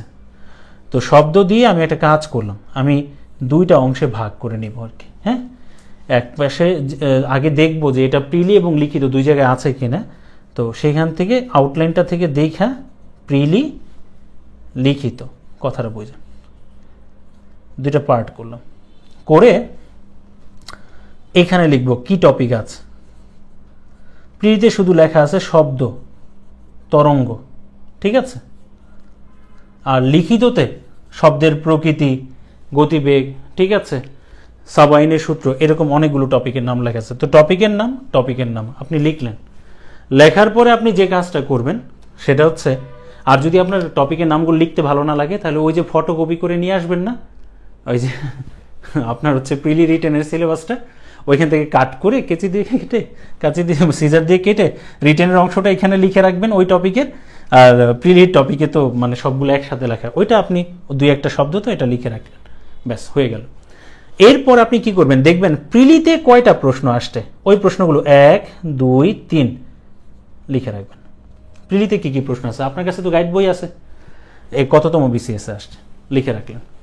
লিখিততে কয়টা প্রশ্ন আসছে বা কি কি প্রশ্ন আসছে, 1, 2, 3, শুধু প্রশ্ন, উত্তর না, লিখে রাখলেন। তো একদম 10 থেকে 46 বিসিএস পর্যন্ত। আমার কথাটা বুঝতে পারছেন? তো এই যে শব্দ চ্যাপ্টারটা শুরু করার আগে আপনি তো সাথে সাথে এটা করতে পারছেন না, আগে তো ক্লাস করবেন, এই কারণে আপনি প্রয়োজনে 1-2 পেজ বা 3 পেজ খালি রাখলেন, রেখে আপনি এই কাজটা করে নিলেন। করে নেওয়ার পর আমি তো একটা মাসিক রুটিন দিয়েছি, আপনি তো জানেন কখন কোন দিন কোন ক্লাস হবে। যখন নতুন একটা টপিক শুরু করা হচ্ছে তখন আগেই খাতার এই রাফটা, এই কাজটা, আপনি হোমওয়ার্কটা, এটা আমাকে যেন বলতে না হয়, এটা আপনি আগেই করে রাখবেন। করে রাখার পরে আপনি ওই কোশ্চেন ব্যাংক তো আপনাকে বলছি লাগবে, সেখান থেকে কোশ্চেনগুলো সুন্দর করে লিখে রাখলেন, বা আপনার যে গাইড বইটা আছে চ্যাপ্টার ওয়াইজ ওইখানে গেলেই কোশ্চেনগুলো পেয়ে যাবেন, লিখে রাখবেন। আপনি ওই কোশ্চেনগুলো যখন লিখবেন না তখন আপনার মাথায় গেঁথে যাবে। আপনি যখন এই যে সিলেবাসে কি আছে, কোন টপিক আছে, এটা যখন লিখবেন না তখন আপনার মাথায় গেঁথে যাবে এই টপিকের এই জিনিস। আচ্ছা, যখনই নতুন একটা কিছু আসতেছে, আচ্ছা এটা তো টপিকের মধ্যে ছিল না, তখন কিন্তু আপনার মাথায় ওই যে ক্যাচ করবে বিষয়টা। দেখবেন এক সময় সিলেবাসটা মুখস্থ হয়ে গেছে, কী কী ধরনের কোশ্চেন আসতেছে সেটা কিন্তু মুখস্থ হয়ে গেছে। ধরেন আপনারা যে মেন্টরের আন্ডারে ক্লাস করেন, তারা বলে ওই সময় এই প্রশ্নটা আসছে, ওই সময় এই প্রশ্নটা আসছে। এটা কি একদিনে আমাদের হয়েছে? একদিনে না, বারবার বলার কারণে, বারবার রিভিশন দেওয়ার কারণে এই জিনিসটা হয়েছে। আমার কথাটা কি বোঝা গেছে? আচ্ছা, এবার আসেন একটা বিষয়। এখন দেখেন, একজন প্রশ্ন করলেন যে প্রিলি ও লিখিত একসাথে নোট করব কিনা। আমি আপনাকে একটা কথা বলি, এই কোর্সে যে টপিকটা প্রিলি এবং লিখিততে উভয় জায়গায় আছে সেটা তো আমি একসাথে পড়াবো, এবং ওই টপিকের A to Z আপনি একটা জায়গায় তুলে নেবেন, এক খাতায় তুলবেন, আলাদা করে রিটেনের খাতা বানানোর দরকার নেই। কারণ ওই টপিকের বেসিক তো আপনার দরকার। হয়তো প্রিলির মতো করে কিছু তথ্য পাচ্ছেন এক্সট্রা, বাট লিখিতর জিনিসগুলো তো হবেই। তো ওই সবগুলো জিনিস একটা জায়গায় থাকুক, একটা জায়গায় থাকলেই ভালো। তো ওই যে যাদের সময় কম, তারা এই হোমওয়ার্কটা করার পরে যখন ক্লাস করবেন, ক্লাস করার সময় এই যে খাতাটায় যখন লিখবেন, আপনাকে আমি বলবো 3 ধরনের কলম আপনি ব্যবহার করেন, ঠিক আছে? কালো, লাল আর হচ্ছে নীল। কালো কালিতে আপনি সব সময়, যেহেতু পরীক্ষার খাতায়ও কালো কালি দিয়ে বেশিরভাগ অংশটাই লিখবেন, তো কালো কালি দিয়ে আপনি সব কিছু লিখবেন। লাল কালি দিয়ে আপনি যে কাজটা করবেন সেটা হচ্ছে কোথাও যদি ভুল ধরা পড়ে বা ভুল কিছু লিখে রাখেন, কারেকশনটা করবেন। কারেকশনটা ধরেন একটা শব্দই ভুল লিখছেন, হ্যাঁ, ধরেন হচ্ছে লেখছেন আবুল, যাই হোক, এইটা এরকম করার দরকার নেই। এই অভ্যাসটা পরীক্ষার মধ্যেও থেকে যাবে, আপনি এখন থেকে নিজেকে সংশোধন করবেন। আচ্ছা, আবুল লিখছেন, এটা লেখার দরকার ছিল না, জাস্ট একটা দাগ দিয়ে দেন, কেটে দেন না, এইভাবে দেওয়ার দরকার নেই, জাস্ট একটা দাগ দিয়ে দেন এইভাবে লাল কালি দিয়ে, ঠিক আছে? এই অভ্যাসটা পরীক্ষার হলেও থাকবে, তখন তার লাল কালি ব্যবহার করবেন না, কালো কালি দিয়ে সুন্দর করে একটা দাগ দিয়ে দিবেন, ব্যাস হয়ে গেল। ওই রকম ঘষা মাজা করতে করতে খাতার ওই পৃষ্ঠা ছিদ্র করে ফেলবেন, এরকম করার দরকার নেই। আচ্ছা, তো কারেকশন করবেন, ঠিক আছে? আর কারেকশন করার পর কিছু ইম্পর্টেন্ট জিনিস থাকতে পারে, যে আমি বলতে পারি এই শব্দটা ইম্পর্টেন্ট, এই লাইনটার নিচে দাগ দিয়ে রাখেন, বিজ্ঞানীর নামটা হাইলাইট করে রাখেন। এই হাইলাইট করার জন্য অনেকে হাইলাইটের ব্যবহার করে, যারা আমরা একটু গরিব তারা লাল কালি দিয়ে হাইলাইট করে রাখলাম, ঠিক আছে? তো এটা মার্ক করে রাখলেন। এবার আসেন, যখন ক্লাস আপনাদের হাতে যাদের সময় কম, তারা যখন ক্লাসে পড়াটা তোলার সময় একটু স্পেস দিয়ে তুলবেন, কথাটা খেয়াল করেন, একটু স্পেস দিয়ে তুলবেন। স্পেস দিয়ে তুলতে বলতেছি এই কারণেই, কারণ এই টপিকটা যখন শেষ হয়ে যাবে, আপনি যখন বিগত সময়ের কোশ্চেনগুলো যদি আপনি দেখবেন, আর টেক্সট বইটা থেকে যখন পড়তে বলবো, তখন যখন রিডিং পড়বেন বা কোশ্চেনগুলো সলভ করবেন, প্রিভিয়াস কোশ্চেনগুলো সলভ করবেন, তখন কিছু এক্সট্রা ইনফরমেশন পাবেন। কথাটা বুঝেন? তাহলে ওই যে গ্যাপগুলো রাখতে বলছে, একটু গ্যাপ দিয়ে তোলার জন্য বলছে এই কারণে, আপনাদের হাতে তো সময় কম, আপনারা ক্লাস করার পর খাতায় তোলার পর আবার নতুন করে নোট করার সময় পাচ্ছেন না। এই কারণে আপনি যেটা করবেন, এক্সট্রা ওই যে সলভ করার সময় যে এক্সট্রা ইনফরমেশন পাবেন, সেটা ওই গ্যাপগুলোর মধ্যে, টপিকের সাথে রিলেটেড যে তথ্যগুলো পাবেন, গ্যাপগুলোর মধ্যে নীল কালি দিয়ে মার্ক করে লিখে রাখবেন এক্সট্রা ইনফরমেশনগুলো।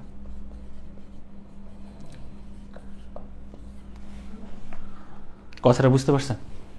তো এইভাবে এই 3টা কালির কলমের যে ব্যবহারটা, সেই ব্যবহারটা কিন্তু আপনার হয়ে গেল। একজন প্রশ্ন করেছিলেন যে প্রিলি লিখিত একসাথে তুলবো কিনা? হ্যাঁ, তুলবেন, এক খাতার মধ্যেই তুলবেন, দরকার নেই আলাদা আলাদা খাতা বানানোর।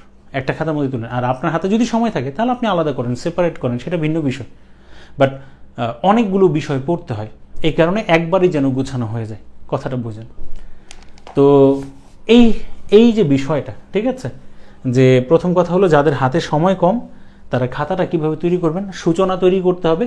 প্রতিটা টপিক শুরু করার আগে, নতুন টপিক শুরু করার আগে মূল টপিক আর কি, শব্দের আন্ডারে তো অনেকগুলো সাব টপিক আছে, ওইগুলো না, মানে প্রতিটা নতুন অধ্যায় শুরু করার আগে আপনারা ওই অধ্যায়ের প্রিলি এবং লিখিত কি কি টপিক বরাদ্দ আছে, কি কি কোশ্চেন আসছে, এটা লিখে রাখবেন। লিখে রাখার পর তারপর পড়াটা শুরু করবেন, লেখাটা শুরু করবেন, নোট করাটা শুরু করবেন। সময় হাতে যেহেতু কম, 3টা কলমের কালি ব্যবহার করবেন। ক্লাস করার সময় যে জিনিসগুলো আপনার দরকার ওইভাবে আপনি তুলে নেবেন, একটু গ্যাপ দিয়ে দিয়ে তুলবেন, পরে এক্সট্রা ইনফরমেশনগুলো আপনি নীল কালি দিয়ে তুলবেন। ব্যাস হয়ে গেল এই জায়গাটা। কথাটি কি আমার বোঝা গেছে? আচ্ছা, ঠিক আছে, এই গেল এই একটা বিষয়, ঠিক আছে। এখন যাদের হাতে পর্যাপ্ত সময় আছে তারা যে কাজ করতে পারেন, তারা 2টা খাতা বানাইতে পারেন। প্রথমে রাফটাকে তুলে নিলেন, তুলে তারপর নিজের মতো করে আলাদা একটা খাতার মধ্যে কি করতে পারেন, নোট করতে পারেন। কিন্তু নোট করার সময় এই সিস্টেমটাই আপনারা লক্ষ্য করবেন, এই সিস্টেম অনুযায়ী আপনারা খাতাটা তুলবেন, খাতায় লেখাগুলো তুলবেন, ঠিক আছে। কারণ আপনারা 2বার যেহেতু তুলতেছেন, প্রথমবার তাহলে আপনার নিজের মতো করে তাড়াহুড়া করে যতটুকু যা তোলা দরকার তুললেন, পরে ওইটা সুন্দর করে আপনার মতো করে নোট করে রাখলেন। কলমের কালির ব্যবহার আমি এগুলো বলছি এটাই করতে হবে বিষয়টা এমন না, আমি নমুনা হিসেবে বলেছি আর কি। আপনার যদি অরেঞ্জ ভালো লাগে অরেঞ্জ দিয়ে করবেন, আপনার যদি গোলাপি ভালো লাগে গোলাপি দিয়ে করবেন, ঠিক আছে। আচ্ছা, তো অনেক সময় ছোটবেলায় স্যাররা যখন খাতা কাটতো তখন বিভিন্ন কালার পেনের যে ব্যবহার, আমাদের সময় তত বেশি ছিল না, বাট রিসেন্ট টাইমে ধরেন 2010-12 পরে, তো সেখানে বেশি কালারফুল যে খাতাগুলো বোঝাই তো এটা মেয়েদের খাতা, ঠিক না? তো এমনি কিন্তু দুষ্টামি করে বলছি, হ্যাঁ। তো অনেক বেশি খাতায় যদি মানে পরীক্ষার খাতা যদি অনেক বেশি কালারফুল হয়ে যায় তাহলে এখন আর ছেলে মেয়ে তো আর পার্থক্য করা যাবে না, কারণ এখন তো অনেক সময় মহিলা আক্তার পুরুষও বের হয়ে গেছে। তো ওইগুলো বাদ, ঠিক আছে, ওইগুলো বাদ। বাট আপনি আপনার মতো করে কালার পেনের ব্যবহার করে আপনি করবেন। বাট কালো আর নীলের মধ্যে সীমাবদ্ধ থাকতে বলতেছি কারণ এটারই ব্যবহার আসলে গ্রহণযোগ্য, বাট এর বেশি কিছু দরকার নেই, কেমন? আচ্ছা, এখন আসেন বিশেষ কিছু ক্ষেত্রে আপনি কিভাবে নোট খাতায় তুলবেন। বিশেষ কিছু ক্ষেত্রের মধ্যে আমি কয়েকটা বিষয়ই করেছি। যেমন আমরা এই জিনিসটা পড়ার সময়, আমরা ক্লাস করার সময় দেখবেন লেখার মানটা অন্যদের থেকে ভালো করা যায় কিভাবে, সেই জায়গাটায় বেশ কিছু টিপস আমি আপনাদেরকে ব্যবহার করব। যেমন নর্মাল একটা বিষয়, আমরা যদি বলতাম যে একটা প্রশ্ন পড়াচ্ছি, মনে করেন আলো কি, তো ম্যাক্সিমাম ক্ষেত্রেই আমরা হয়তো রিটেনে লিখে দিয়ে আসব আলো হচ্ছে এক প্রকার শক্তি। 1 মার্কস, তো সংজ্ঞার মধ্যে ধরেন 1 মার্কস। আলো হচ্ছে এক প্রকার শক্তি, আর একটু ধরেন অ্যাড করলাম যা আমাদের দেখতে সাহায্য করে, যা আমাদের দেখতে সাহায্য করে। কিন্তু এটা ধরেন একজন কেউ লিখছে, আপনি হচ্ছেন পরীক্ষক, আপনি খাতা দেখবেন, আর আলোটা ভালোভাবে পড়ার পর সিলেবাসের মধ্যে লেখাই আছে আলোর প্রকৃতি। তো আলোর প্রকৃতি যখন জেনে যাব, ভালোভাবে খেয়াল করেন, তখন এর 2টা বিশেষ ধর্ম সম্পর্কে জানবো, একটা হচ্ছে কণা আর একটা হচ্ছে কি তরঙ্গ। তো আমি যখন আপনাকে পড়াবো, আইডিয়াগুলো শেয়ার করব, তখন এই সংজ্ঞাটা ধরেন তার মৌলিক ধর্মের উপর ভিত্তি করে যদি লিখি যে আলো হচ্ছে একগুচ্ছ ফোটন কণা, আমার হাতের লেখা কিন্তু ভালো না, হ্যাঁ, আলো হচ্ছে একগুচ্ছ ফোটন কণা। তবে ইন্টারমিডিয়েটে বাংলা A+ ছিল, কিভাবে ছিল আমি জানি না, ঠিক আছে, তবে আমি চেষ্টা করতাম একটু তথ্যবহুল লেখার। তো আলো হচ্ছে একগুচ্ছ, আমার হাতের লেখা একদমই বাজে, আলো হচ্ছে একগুচ্ছ ফোটন কণা বা এক ধরনের তড়িৎ চুম্বকীয় তরঙ্গ, তড়িৎ চুম্বকীয় তরঙ্গ যা আমাদের দেখতে সাহায্য করে। এই কথাটাই লিখে দিলেন, যা আমাদের দেখতে সাহায্য করে। তো গতানুগতিকভাবে সবাই গাইড বই থেকে বা নর্মালি এটাই লেখার কথা, ম্যাক্সিমামের এটাই উত্তর হওয়ার কথা। কিন্তু আপনার যখন এই জায়গাটায় এই জিনিসগুলো আপনি অ্যাড করতেছেন, কথাটা বুঝেন, তখন আপনার লেখার মানটা, আপনি নিজে একজন পরীক্ষক হিসেবে মার্কসটা ঠিক একের মধ্যে এক দিবেন নাকি দিবেন না, ইমপ্রেশনটা ভালো হবে কিনা, যে না আপনি জিনিসটা ভালোভাবে শিখেছেন, আপনি জানেন বিষয়টা। আলো এক প্রকার শক্তি, এই কথাটা সত্য। শব্দও তো এক প্রকার শক্তি, বিদ্যুৎ এক প্রকার শক্তি, তাপ এক প্রকার শক্তি। তাহলে আমরা কিন্তু এই জায়গাটায় তার মৌলিক ধর্মের উপর ভিত্তি করে সংজ্ঞায়িত করিনি। যে জিনিসটার মাধ্যমে তাকে আলাদা করা যায়, সংজ্ঞায়িত করতে হবে এমন একটা জিনিস দিয়ে যার মৌলিক বৈশিষ্ট্য, মানে তার মৌলিক বৈশিষ্ট্য গ্রহণ করতেছে। আমরা কিন্তু এই জায়গাটা সেই কাজটা করেছি।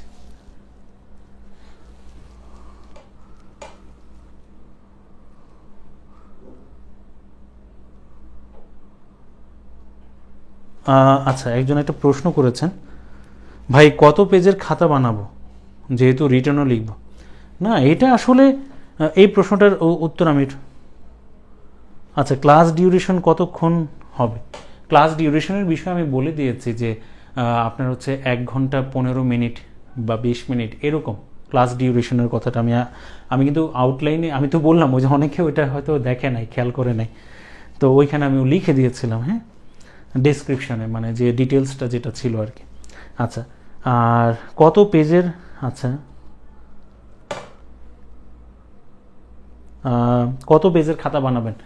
খাতা বানাবেন আপনি সিম্পলি, এই যে ধরেন আমি যে খাতাটা নিয়েছি এটা বোধহয় 250 পেজের খাতা, 250 পেজের খাতা। আপনি এরকম না হয় 4টা খাতায় বানাইতে হলো, 5টা খাতা বানাইতে হলো, 10টাই বানাইতে হলো, আপনার জন্য সমস্যা নাই তো। এত মোটা খাতা নেওয়ার দরকার নেই, প্রথমে এরকম ছোট ছোট খাতাগুলো নেন, নিয়ে তারপর বানান। যেখানে 4-5টা টপিক একসাথে থাকবে, বা হয়তো লেখার পরিধি অনুযায়ী, ধরন অনুযায়ী 2-3টা টপিক একসাথে থাকতে পারে, বাট একটা শেষ হলে তারপর আরেকটা নেবেন, ওটার উপর লিখে রাখবেন টপিকে না বিজ্ঞান 2, হ্যাঁ, এরপর আরেকটা খাতা নিলে বিজ্ঞান 3, কারণ ইন্ডেক্সে তো আপনি লিখে রাখছেন কী কী টপিক আছে এই খাতাটার মধ্যে, তখন তার সমস্যা নেই। আচ্ছা, আরেকটা বিষয়, হ্যাঁ, আরিফ ভাই ওই প্রশ্নের উত্তরটা দিয়ে দিয়েছে, এটা আপনার লেখার ধরনের উপর নির্ভর করবে। সুন্দর। আচ্ছা, আরেকজন একটা প্রশ্ন করেছেন, সেটা হচ্ছে ছোটবেলার কথা মনে পড়ে গেল, কালার করার জন্য মেহগুনির ফুল দিয়ে চারিদিকে দাগ দিতেন আম্মা। সুন্দর। স্যার আপনি যে অ্যাসাইনমেন্ট দিবেন সেটাও কি নোট খাতায় তুলব? না, অ্যাসাইনমেন্ট নোট খাতায় তোলার দরকার নেই। তবে আমি যে হোমওয়ার্কটা দিব, অ্যাসাইনমেন্টের বিষয়টা বাদে, আমি যে যদি হোমওয়ার্কটা দিই বা কিছু প্রশ্ন দিই আপনাকে, সেই প্রশ্নগুলো ওই টপিকের সাথে লিখে রাখবেন। আমার কথাটা বুঝছেন? আমি যে হোমওয়ার্কটা দিব সেটা আপনারা ওই খাতায় করে রাখবেন, এক জায়গায় সব কিছু থাকবে। বাট অ্যাসাইনমেন্টগুলো যদি দিই আলাদা আলাদাভাবে, তাহলে সেগুলো আলাদা খাতায় তুলে রাখবেন, ওইগুলো আলাদাভাবে লেখা থাকবে। অ্যাসাইনমেন্ট 1 মানে কত কত আছে, অ্যাসাইনমেন্ট 1, 2, 3, এক খাতার মধ্যে যদি 3-4টা অ্যাসাইনমেন্ট থাকে, 1, 2, 3, 4, 5 লিখে রাখলেন, এরকম। আচ্ছা, ঠিক আছে, আমরা এর পরের বিষয়টা, যে এই যে দেখেন এই লেখাটার চাইতে কিন্তু এই লেখাটা একটু বেশি ভালো হবে, তথ্যবহুল হবে, আমাদের তো এটাই করা উচিত। এই টিপসগুলো আমি শেয়ার করব আপনাদের সাথে, ঠিক আছে? আচ্ছা, এরপর আসেন, বেশ অনেকেই প্রশ্ন করেন যে স্যার বিজ্ঞানে এই যে দেখেন সামান্য কিছু শব্দের পার্থক্য, উনি 2 লাইন লিখছে, আমি 2.5 লাইন লিখছি, আমি 2-3টা শব্দ চেঞ্জ করে দিয়েছি, আমার লেখার মান বেড়ে গেছে না? লেখার মানটা এইভাবে বৃদ্ধি করতে হবে। আচ্ছা, আরেকটা বিষয়, সেটা হচ্ছে যে টেকনিক্যাল যে শব্দগুলো আছে, অনেক সময় বিশেষ করে computer technology related, science related কিছু শব্দ, টেকনিক্যাল যে শব্দগুলো, এই শব্দগুলো আপনি চাইলে সরাসরি ইংরেজিটা উল্লেখ করে দিতে পারবেন, ঠিক আছে? অথবা আপনি চাইলে মানে ইংরেজির উচ্চারণটা বাংলায় লিখতে পারবেন, যেমন ডিজিজ,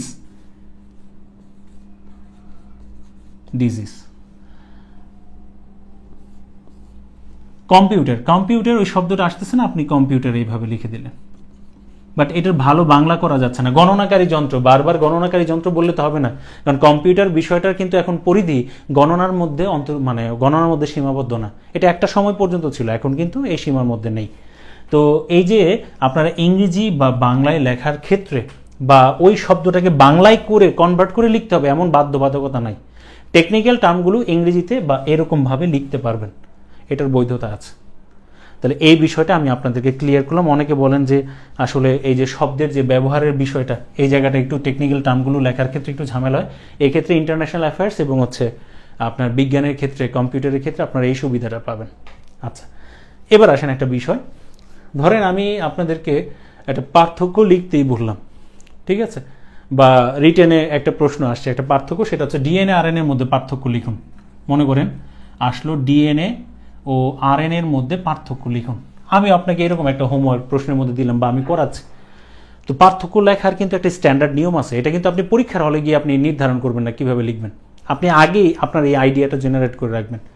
পার্থক্য লেখার ক্ষেত্রে যদি প্রশ্নে যার সম্পর্কে আগে বলা থাকবে সেটা আগে লিখবেন, যেটা পরে লেখা থাকবে সেটা পরে লিখবেন। হ্যাঁ, আমরা কি করি পার্থক্য লেখার সময় এই যে এরকম বক্স করে দিই। আপনি যদি ডিএনএর মধ্যে ডিএনএ লেখা নিচে লিখলেন 1 2 3, আরএনএ লেখা 1 2 3, না, এইভাবে করবেন না। এইভাবে পার্থক্য লিখবেন না, এইভাবে লিখবেন সাদৃশ্য বৈসাদৃশ্য। সাদৃশ্য বৈসাদৃশ্যের বিষয়গুলো আপনি এইভাবে 1 2 3 পয়েন্ট আকারে লিখতে পারেন, বৈশিষ্ট্যের বিষয়গুলো পয়েন্ট আকারে লিখতে পারেন, পার্থক্যের বিষয়টা বক্স আকারে লিখবেন। তবে টেক্সট বইয়ে একটা সুন্দর একটা নিয়ম দেওয়া আছে। নিয়মটা কি? সেই নিয়মটা হচ্ছে যে পার্থক্যের বিষয়গুলো প্রথমে নির্ধারণ করে দেওয়া উচিত। কার কার মধ্যে পার্থক্য? ডিএনএ আরএনএ এর মধ্যে। আচ্ছা, ব্যাস। আপনি ধরেন 1 নম্বর পার্থক্যের বিষয় হচ্ছে সূত্র। হ্যাঁ, সূত্রের বিষয়টা তো আমরা জানি ডিএনএ হচ্ছে দ্বিসূত্রাকার, আরএনএ হচ্ছে এক সূত্রাকার। কথাটা বুঝেন। এরপর আরেকটা পার্থক্যের বিষয় আসলো, এটার ব্যাপারে লিখলেন, এটার ব্যাপারে লিখলেন। কথাটা বুঝে গেছে? এইভাবে আপনার খাতায় আপনি আগে থেকেই প্র্যাকটিস করবেন, নোট খাতার মধ্যে এইভাবে লিখে রাখবেন। পার্থক্যের বিষয়টা আমরা আগে থেকে এইভাবে প্র্যাকটিস করার চেষ্টা করব, ঠিক আছে? ইন কেস যদি এমন কিছু আসে যেটা সম্পর্কে আপনি জানেন বাট ওইভাবে বিষয় নির্ধারণ করতে পারছেন না, তখন না হয় লিখে দিলেন পার্থক্যের বিষয়টা বাদ দিয়ে। বাট এইভাবে লিখলে, বোর্ড বইটা যদি ভালোভাবে খেয়াল করেন, এইভাবেই আসলে পার্থক্যের বিষয়টা সুন্দর করে লেখা আছে, উপস্থাপন করা আছে। আচ্ছা, তো শব্দের ব্যবহার, লেখার মান কিভাবে বৃদ্ধি করবেন। এবার আসেন যখন কোনো চিত্রভিত্তিক বিষয় আসবে। হ্যাঁ, চিত্রভিত্তিক বিষয় তো এটা হচ্ছে পরীক্ষার খাতার বেলায় আমি বলছি, পরীক্ষার খাতার বেলায় আমি বলছি যে কাজটা করবেন, চেষ্টা করবেন, খাতার তো 2টা পেজ, মানে এই যে এই, ঠিক আছে, পরীক্ষার খাতার কথা বলছি। আপনার খাতায় আপনি পারলে করবেন, না পারলে নাই, বাট পরীক্ষার খাতার কথা বলছি। চিত্রটা দিবেন আপনি এই পাশে, আর বর্ণনাটা লিখবেন এই পাশে। কথাটা বুঝেন? চিত্র এই পাশে, বর্ণনাটা এই পাশে, দেখতে সুন্দর লাগবে। যেমন এই পেজে চিত্র আর এই পেজে বর্ণনা, এটা না করাই ভালো। পসিবল হলে এটা করবেন, এটা সর্বোচ্চ চেষ্টা থাকবে এরকম করার, না পারলে সেটা ভিন্ন বিষয়। তো এতে করে কি হলে কি হয়, মানে খাতাটা দেখতেও সুবিধা হয়, প্রেজেন্টেশনটাও সুন্দর হয়। এবং চিত্র লেখার সময় এরকম কাজ করবেন না। এই যে ধরেন অনেকে ধরেন একটা চিত্রের কথাই যদি বলি, ঠিক আছে, তো একটা উদ্ভিদ কোষের চিত্রে যখন আমরা মানে করব, এটা নিয়ে যখন আলোচনা করব, ঠিক আছে, তো অনেকে কি করে যে এই একটা দাগ দিছে, এইখানে নিয়ে আসছে, এইখান থেকে এদিকে চলে গেছে, এই না, এটা করা যাবে না।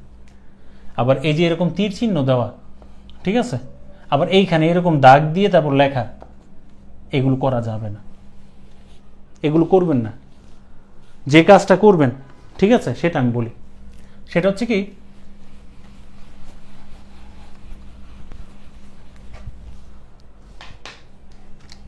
এই যে ধরেন টান দিলেন, এখানে তীর চিহ্ন দেওয়ার দরকার নেই, সোজা সমান্তরাল ভাবে এই আরেকটা অংশের নাম বলবেন, এই আরেকটা অংশের নাম বলবেন, এই আরেকটা, এইভাবে আইনা, তারপর এইভাবে লিখবেন। এটা যেন একই সমান্তরাল ভাবে থাকে, সোজা থাকে। কথাটা বুঝতে পারছেন? একদম বাদিকে, পৃষ্ঠাটার বাদিকে চিত্রটাকে চাপাই দিয়ে এই পাশে আইনা নামগুলো লিখলেন, ওই পেজে গিয়ে আপনি বর্ণনাটা দিলেন। সবসময় যে বর্ণনা চাইবে বিষয়টা এমন না। এবং এই সময় আমরা শিখব যে একটা প্রশ্নের মার্কস কতটুকু থাকলে তার পরিধি কতটুকু হওয়া উচিত। পরীক্ষার হলে গিয়ে এসব আগে থেকে মানে নির্ধারণ করার দরকার নেই। আপনি হন সায়েন্স ব্যাকগ্রাউন্ডের, আপনি একটা টপিক সম্পর্কে অনেক বেশি কিছু জানেন, বাট এক মার্কসের জিনিসের জন্য অনেক বেশি লিখে ফেলছেন, 2.5 মার্কস 2.5 মার্কসের জন্য তেমন পর্যাপ্ত তথ্য আপনি লেখেন নাই, তাহলে কিন্তু লাভ হবে না। ঠিক আছে? আচ্ছা, কারণ বিজ্ঞানের ক্ষেত্রে সবচেয়ে বড় চ্যালেঞ্জ হয়ে যায় তখন কি জানেন, যে সবগুলো জিনিস অ্যান্সার করে আসা, আচ্ছা, এবার আসেন আরেকটা বিষয়, আরেকটা যে জায়গায় ভুল হতে পারে সেটা হচ্ছে গাণিতিক সমীকরণ। যেমন বলল ফোটন কণার শক্তির সমীকরণটি লিখুন বা উল্লেখ করুন। ফোটন কণার শক্তির সমীকরণ, এটা থেকে তো প্রিলিতে এবার প্রশ্ন চলে আসছে, যদিও এটা আমরা রিটেনে পড়ি। তো প্রিলি লিখিত একসাথে পড়লে কিন্তু এই একটা ভালো ফলাফল পাওয়া যায়। এই সমীকরণ কিন্তু ক্লাস থেকে সরাসরি কমন পড়ছে, আপনারা তো দেখেছেন প্রায় 26টার মতো প্রশ্ন কমন পড়ছে, বাট সবসময় যে পড়বে বিষয়টা এমন না, বাট আপনার বেসিকটা হয়ে যাবে, এতটুকু আমি বলতে পারি। তো এই যে ফোটন কণার শক্তির সমীকরণ আপনি ধরেন লিখলেন ই সমান সমান HF, আর এফ এর বদলে আমরা লিখি ধরেন C/λ। এইটুক লেখে আপনি শেষ করবেন না, মানে সমীকরণ না হয় আপনি উল্লেখ করে দিয়েছেন। তো সমীকরণটা উল্লেখ করার পর এই যে ফোটন কণার শক্তির সমীকরণ এটা উল্লেখ করার পর আপনি লিখবেন এইখানে ই দিয়ে আপনি কাকে বোঝাচ্ছেন, ফোটন কণার শক্তি। এইচ হচ্ছে প্লাঙ্কের ধ্রুবক, সেই মানটা আপনি লিখে দিবেন, ধ্রুবকের মানটা লিখে দিলেন। এফ দিয়ে হচ্ছে কি কম্পাঙ্ক, সি দিয়ে হচ্ছে কি আলোর বেগ, ল্যামডা দিয়ে হচ্ছে কি তরঙ্গ দৈর্ঘ্য। তাহলে এই সমীকরণটা দিলেন, তাদের পরিচয় দিলেন। আপনার যদি 1.5 মার্কস থাকে 1.5-এর মধ্যে 1.5ই পাবেন। আমার কথা কি বুঝতে পারছেন? লেখার মান বৃদ্ধি করার চেষ্টা করতে হবে, এটা একদিনে হবে না, সময় লাগবে।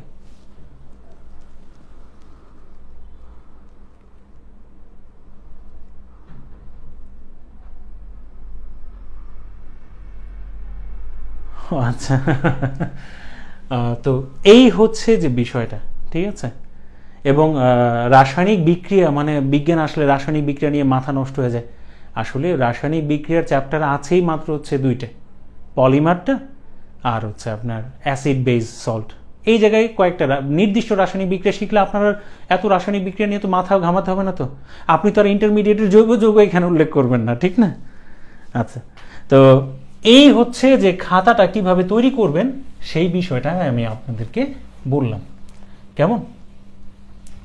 আচ্ছা, এবার আসেন যে একটু শেষের দিকে, কারণ অনেকখানি সময় তো আপনাদের নিয়ে নিছি, মানে অনেক কথা বলে ফেলছি আর কি, ঠিক আছে। এখন যে বিষয়টা আসলে বলতে চাচ্ছিলাম, হ্যাঁ, আমাদের একটা সবচেয়ে খারাপ যে টেন্ডেন্সির কথাটা বলি, সেটা হচ্ছে আমরা নতুন পড়া বেশি পড়তে চাই। ছোটবেলা থেকে আমাদের একটা টেন্ডেন্সি, কোর্স কবে শেষ হবে, কবে আমার বই শেষ হবে, বাট আমি কতটুকু শিখলাম, আমি কতটুকু পারি, বা যতগুলো ক্লাস হয়েছে সেটা আমার হয়েছে কিনা, বা স্যার যতটুকু পড়িয়েছে অতটুকু জিনিস আমি কমপ্লিট করছি কিনা, এই বিষয়ে আমার কনসার্ন নেই। আমার কোর্স কবে শেষ হবে, মানে কোর্স শেষ হওয়া মানে যেন একটা মানসিকভাবে একটা রিলিফ পাওয়া। কেন? আপনার কতটুকু কমপ্লিট হয়েছে আপনি টেনশন করবেন না। স্যারে কোর্স শেষ করলো কিনা এই দিকে মাথা ব্যথা দিয়ে লাভ নেই, তো স্যার সময়মত কোর্স শেষ করে দিবে, ঠিক আছে। আপনার পড়াটা আপনার কমপ্লিট করতে হবে। কিন্তু তো নতুন পড়ার প্রতি আমাদের যত আগ্রহ থাকে, পুরনো পড়া আমরা রিভিশন দিই কম, এটা আমাদের সবচেয়ে খারাপ টেন্ডেন্সি। আমি বলবো আপনি নতুন পড়া একবার পড়লে পুরনো পড়া 3বার রিভিশন দিবেন। যদি এই কাজটা করতে পারেন তাহলে পড়াটা স্থায়ী হবে। চাকরি পাওয়ার পর দিন তো ভুলে যাবেন সব, চাকরি পাওয়ার পর কি আর এসব মনে রাখবেন? এসব তো মনে রাখবেন না।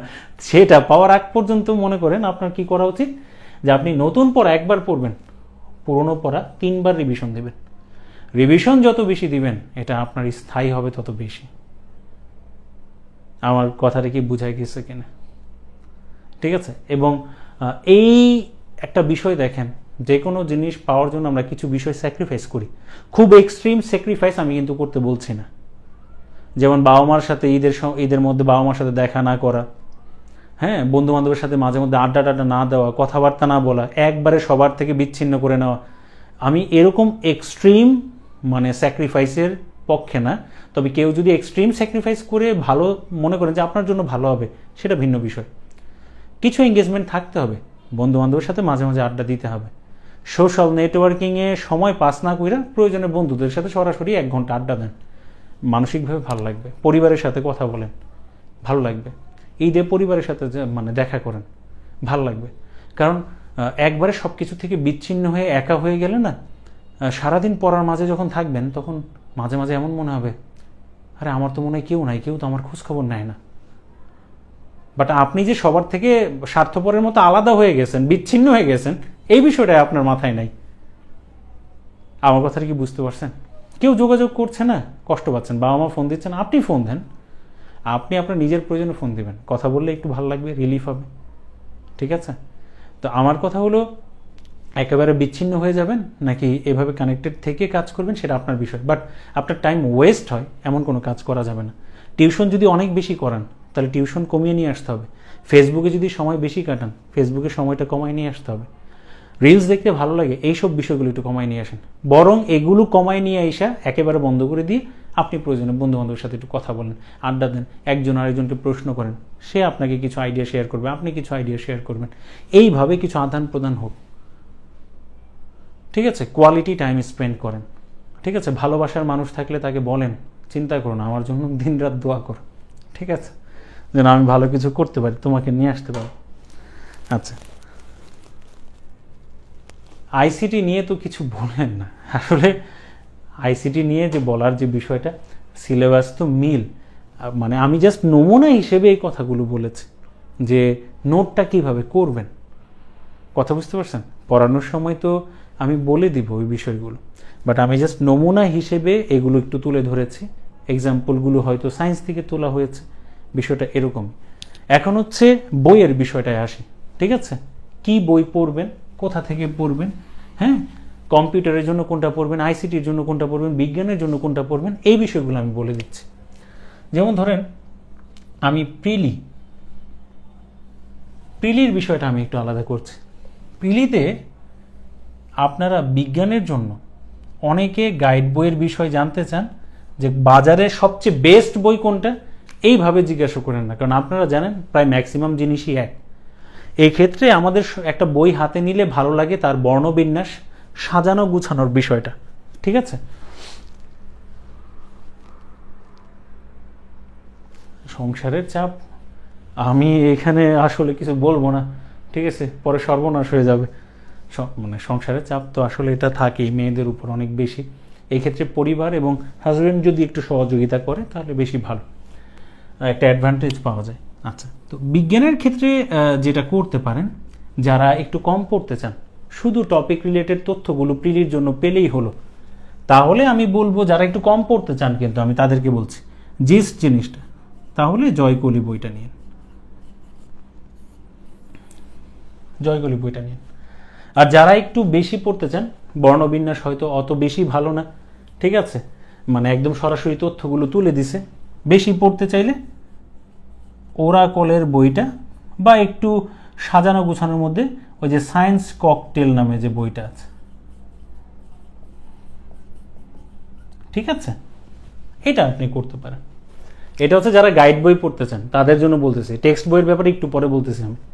আচ্ছা, এটা হচ্ছে প্রিলির বিজ্ঞানের জন্য। কম্পিউটারের জন্য ব্যাংক প্রিলি রিটেন, বিসিএস প্রিলি রিটেনের ফুল সিলেবাসের উপর একবারে অনেক কিছু তথ্য দিয়ে দিছে। সেখান থেকে আমি বলবো ব্যাংকের অংশটা বাদ দিন। ব্যাংকের অংশটা বাদ দিয়ে, মানে আবার শুধু বিসিএস এর জন্য বলছে, পড়লে সব পড়েন, সমস্যা নেই। ব্যাংকের অংশটা যেহেতু আমাদের এখানে অন্তর্ভুক্ত না, এই দিক থেকে আপনারা কম্পিউটার আওয়ার বইটা একটু দেখতে পারেন।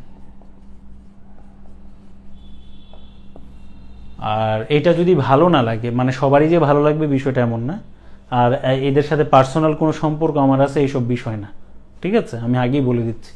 নাম জানতে চান তাই বলে দিচ্ছি।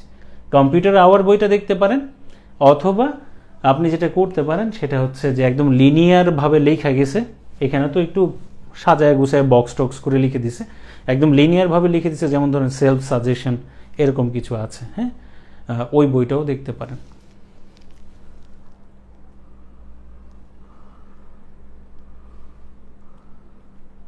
নষ্টের মূল ভালোবাসার মানুষ, খালি বিয়ে বিয়ে। আপনার আছে বোধ হয় না? ঠিক আছে মামুন সাহেব, যার যেই বইটা আছে সেই বইটা দিয়েও কিন্তু হবে, তবে একটু লেটেস্ট এডিশন হলে ভালো, মানে প্রশ্নগুলো পেয়ে যাচ্ছেন, হ্যাঁ, লেটেস্ট এডিশন হলে ভালো। MP3 পড়লে খারাপ হবে বিষয়টা এমন না, MP3ও পড়তে পারেন, মানে যার কাছে যদি ওইটা থাকে, নতুন করে আর কিনতে বলছি না, যদি লাস্ট 45 এডিশন হয় পড়েন, সমস্যা নেই। আচ্ছা, তো এটা আপনারা করতে পারেন। আর এই যে পুরো এই জিনিসটার লিখিত বিজ্ঞান কম্পিউটারের যে লিখিত অংশটা, ঠিক আছে, এই লিখিত অংশটার জন্য আপনারা যেটা নিতে পারেন সেটা হচ্ছে সায়েন্স আওয়ার যে বইটা, আর আমার বই আসলে ইনশাল্লাহ আমারটা নিয়েন।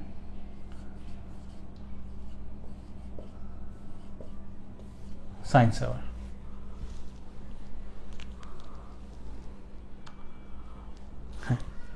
সায়েন্স আওয়ার বইটা তো শুধু লিখিতর জন্য, প্রিলির জন্য করে নেই, তো এটা আপনারা নিতে পারেন, ঠিক আছে।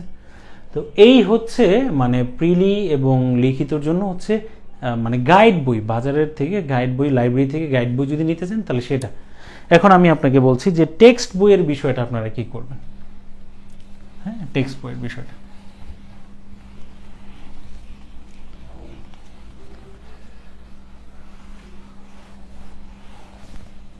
টেক্সট বই যেটা আমাদের মূল বিষয় দরকার, জর্জ MP3 মূলত জর্জ সিরিজটাই, সাখাওয়াত হোসেন, হ্যাঁ ওইটাই জর্জের। খারাপ না বইটা, কিন্তু বলছি কারণ আসলে বই বলতে কিন্তু একসময় এই জর্জ বা MP3 ছিল, কিন্তু পরে তো এগুলো আলাদা হয়ে গেলো, MP3, জর্জ, ম্যাট্রিক্স, মানে এগুলো আলাদা হয়ে গিয়েছে। হ্যাঁ, প্রথমে কিন্তু ওই বইগুলোই ছিল আসলে, আর এত আগে তো এত মানে বই ছিল না, এখন যত বই বের হয়েছে। আচ্ছা, এবার আসেন টেক্সট বুক।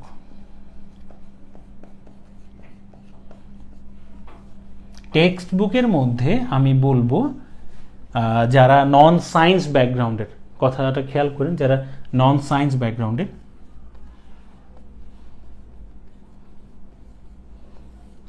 তারা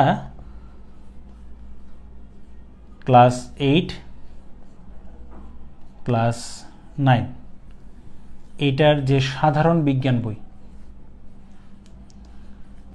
সাধারণ বিজ্ঞান বই এডিশনটা আমি দুইটারই বলতেছি, একটা হচ্ছে লাস্ট এডিশন ওল্ড ভার্সনের, লাস্ট 2010, আর আরেকটা হচ্ছে লাস্ট এডিশন, ঠিক আছে, 2023। কারণ এইটার 9-এর যে সিলেবাসের যে বিষয়টা আছে, আমি 2022 লিখে দিই, এটাই ভালো, 2022 লাস্ট। তো আপনারা সাধারণ বিজ্ঞান বইটা কালেক্ট করে নেবেন, না থাকলে PDF তো আমি দিবই, ওইখান থেকে যতটুকু দরকার ওইটা ছবি তুলে বা প্রিন্ট আউট করে নিলেন বা ফটোকপি করে নিলেন।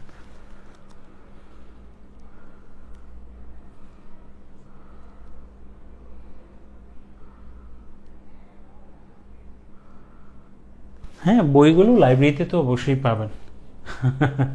কবির সাহেব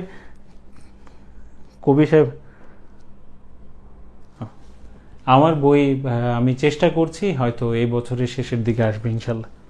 আচ্ছা, তো এই তো এটা হলো যে যারা নন সায়েন্স ব্যাকগ্রাউন্ডে তাদের জন্য বলছি, কারণ এখানে ভাষাগুলো একটু সহজ, তুলনামূলকভাবে সহজ, বিজ্ঞানের ম্যাক্সিমাম জিনিসটা আপনারা এখানে পেয়ে যাবেন। আচ্ছা, এবার আসেন আরেকটা বিষয়, এটা তো বিজ্ঞানের জন্য গেল, এছাড়া আমাদের একটু লাগবে, আমি ওগুলো একটু বলে দিচ্ছি। আমাদের 9-10-এর ফিজিক্স বইটা লাগবে।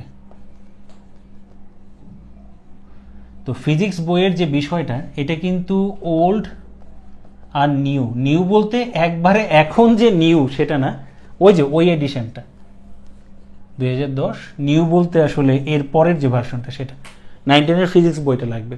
তবে পুরনো যে বইটা ওল্ড কারিকুলামের, সেখানে প্রায় 25 থেকে 26টা অধ্যায় আছে। ওই জায়গাটার মধ্যে চুম্বকের উপর প্রায় 2-3টা অধ্যায় আছে, আলোর উপর 3টা অধ্যায় আছে, শব্দ তরঙ্গের উপর একটা অধ্যায় আছে, ঠিক আছে, তাপ এইসব নিয়ে বেশ কিছু আলোচনা আছে।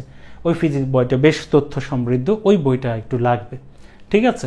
আচ্ছা, আরেকটা বিষয়, HSC-র এই ফিজিক্স যে বইটা সেকেন্ড পেপারের চ্যাপ্টার 10, এই বইটা লাগবে। এই চ্যাপ্টারের অংশটা ফটোকপি করে নেবেন। এটা হচ্ছে ওল্ড এবং নিউ দুইটারই যে ইলেকট্রনিক্সের যে আলোচনাটা আছে সেটা নিয়ে নেবেন, ঠিক আছে। মানে হচ্ছে এটা তো আমি নিউ এডিশনের বর্তমানে যেটা চলতেছে তার 10 নম্বর অধ্যায় ইলেকট্রনিক্স আছে, বাট ওল্ড কারিকুলামের সেকেন্ড পেপারে ইলেকট্রনিক্সের একটা অধ্যায় আছে, ওইটাও আপনারা নিয়ে নিন, ফটোকপি করে নিন, প্রায় ম্যাক্সিমাম জিনিস মিল, একটু কম বেশি আছে, কারণ এই জায়গাটার মধ্যে অর্ধেকের পর আইসিটির নাম্বার সিস্টেম দেওয়া, লজিক গেট দেওয়া। বাট ওল্ড কারিকুলামে শুধু ইলেকট্রনিক্সের আলোচনায় আছে, ওইখানে আবার এই লজিক গেট নাম্বার সিস্টেম আলোচনা করেনি।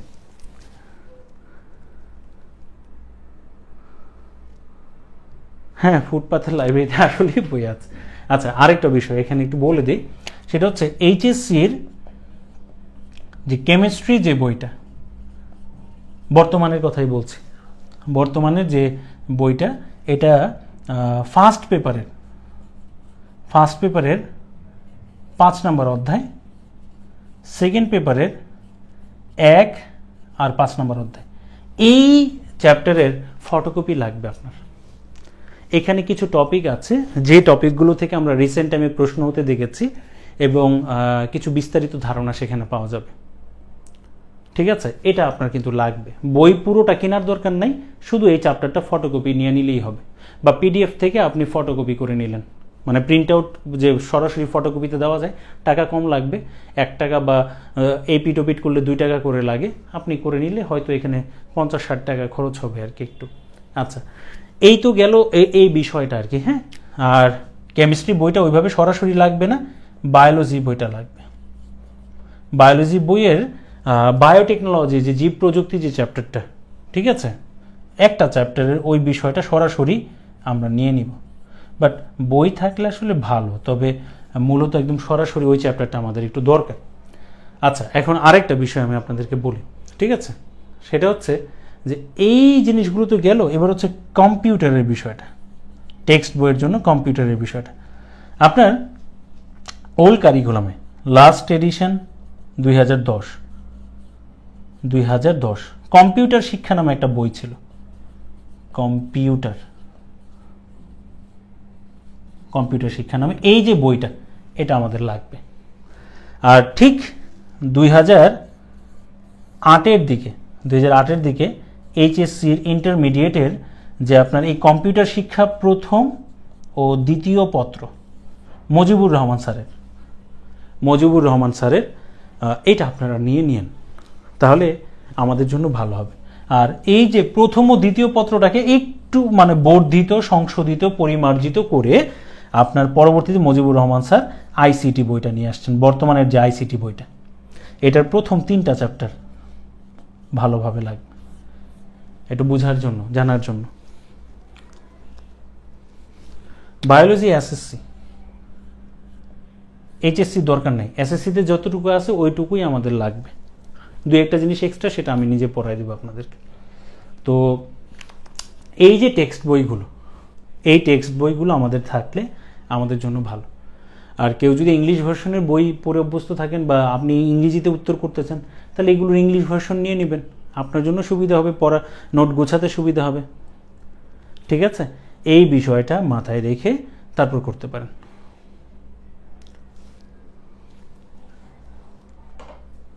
আচ্ছা, তো টেক্সট বইয়ের যে বিষয়গুলো আমাদের একটু দরকার, মানে সেই বিষয়গুলো আমি আপনাদেরকে বললাম যে ম্যাক্সিমাম তথ্য এই জায়গা থেকে পেয়ে যাবেন, বিজ্ঞানের, কম্পিউটারের তথ্যগুলো এই জায়গায় পেয়ে যাবেন, আইসিটি বইটাতে পেয়ে যাবেন।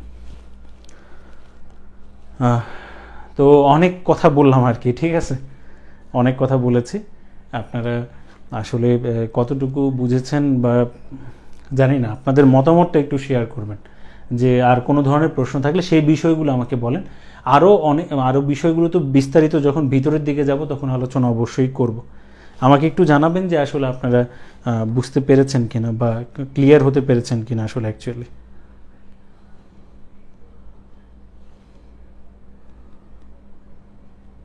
প্লিজ একটু জানাবেন, আমি মুছে দিচ্ছি। হ্যাঁ, কোনো কিছু বুঝতে অসুবিধা হলে আমাকে একটু জানান, বা মানে হচ্ছে আমি কিছু আইডিয়া শেয়ার করেছি, আমি যে একদম সর্বা বিষয়টা এমন না, কিছু আইডিয়া শেয়ার করেছি, আর কিছু বিষয় তো ক্লাসে আলোচনা করবই। ঠিক আছে, ক্লাসটা যদিও আগে এত বইগুলোর নাম শুনে ভয় লাগছে, আমি এগুলোর পিডিএফ আপনাদেরকে দিয়ে দিব, বই কেনার দরকার নেই। যখন যেটা বলবো ওইটা শুধু একটু ফটোকপি করে নিন যদি মনে হয়, আর না হয় ওই পিডিএফটা থেকে দেখা নোট করে নিন, শেষ কাজ হলো না, আর দরকার নাই তো। ঠিক আছে, আর তো অত বেশি করতে হবে না। এখন আমাকে শুধু আপনাদের, হ্যাঁ, কম্পিউটার শিক্ষা বইটা লাগবে, আইসিটি বইটার সাথে কম্পিউটার শিক্ষা বইটা লাগবে।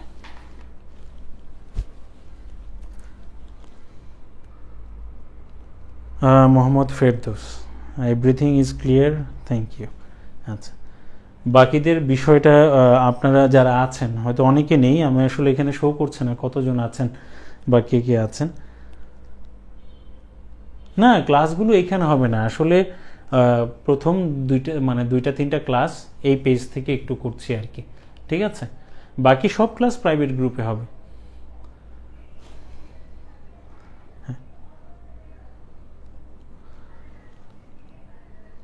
বইগুলো কালেক্ট করবেন কিভাবে? আমি তো পিডিএফ দিয়ে দিব, পিডিএফের ছবি দেখা পরে যদি কখনো কিনতে মন চায়, এখন কেনার দরকার নাই, কখনো যদি কিনতে মন চায় যে না আমি বইটা কিনে নিই, আমার এই বইটা বেশি লাগবে, আপনি গিয়ে নীল খেতে গিয়ে বা অনলাইনে অর্ডার দিলে আপনার বাসায় এসে দিয়ে যাবে।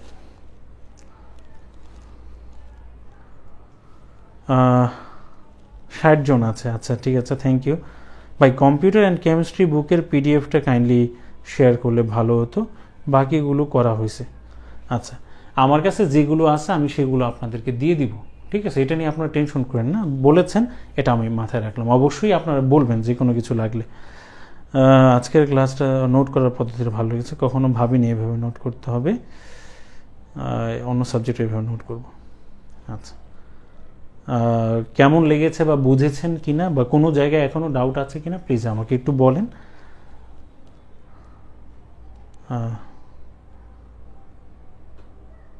সায়েন্সের ক্লাস শেষে আইসিটি ক্লাস হবে কিনা? আচ্ছা, এই বিষয়টা আমি একটু বলে দিই। সায়েন্সের টপিক যেহেতু বেশি, তাই প্রথম 3টা বা 4টা টপিক ক্লিয়ার করার পরে সায়েন্সের পাশাপাশি আইসিটির ক্লাসগুলো হবে। কারণ আইসিটিতে ক্লাস হচ্ছে সব মিলিয়ে 35টার মতো, 35-40টার কাছাকাছি, হয়তো একটু প্লাস হবে বাট কমবে না ক্লাস। তো 40টা, আর ওইখানে তো কম করে হলো 60-70 ক্লাস। তো এই কারণে এটার মধ্যে ব্যালেন্স করার জন্য আগে সায়েন্সটাকে একটু আগায় রাখতেছি। আর তাছাড়া রিটেনের ক্ষেত্রে কিন্তু সায়েন্সে মার্কস বেশি, কথা বোঝা গেছে? কম্পিউটারের মার্কস হচ্ছে 25। তো এই কারণে সায়েন্সের কিছু টপিকের ক্লাস করিয়ে তারপর সমান তালে দুইটা চলবে একসাথে।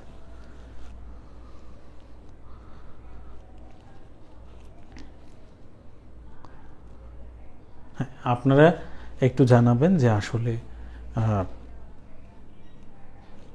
আর প্রশ্ন থাকলে আপনারা করতে পারেন, তাতে কোনো সমস্যা নেই।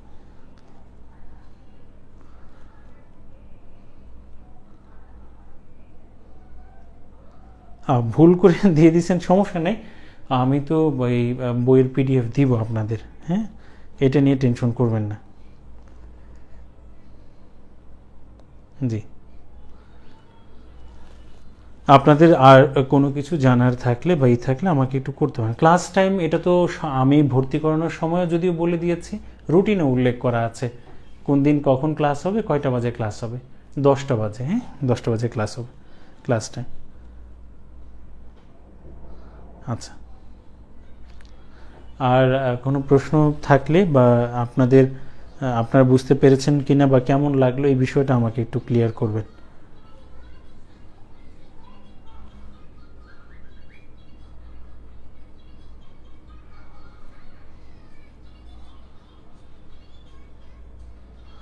ক্লাস টাইমটা এগিয়ে আনা যায় কিনা? হ্যাঁ, এই ক্লাস টাইমটা এগিয়ে আনা যায়। আসলে 10টার টাইমটা রেখেছি, অনেকে ওই যে লাইব্রেরি থেকে পড়ে আসে, তো আমি তো ভর্তির সময় বলে দিয়েছিলাম 9টা বা 10টা।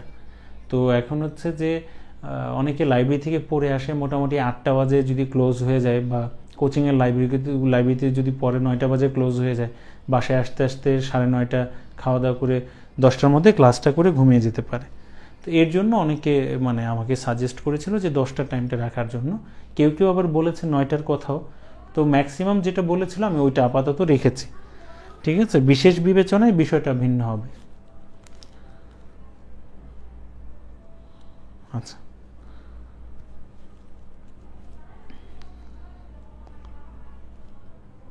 ওরাকল নাকি সায়েন্স ককটেল, কোনটা কিনব? এই যে দেখেন, আমাকে দ্বিধাদ্বন্দ্বে না ফেলিয়ে আপনারা একটু দোকানে যাবেন, লাইব্রেরিতে যাবেন, গিয়ে 2টা বই পাশাপাশি রাখবেন, কোনো একটা নির্দিষ্ট টপিক 2টা বই থেকে খুলবেন, দেখবেন কোনটার বর্ণবিন্যাস সাজানো গুছানো ভালো লাগছে, ওইটা নিলেন, সমস্যা নেই। 10টা পারফেক্ট। 10টা হলে বেশি রাত হয়ে যায় ওরিয়েন্টেশন।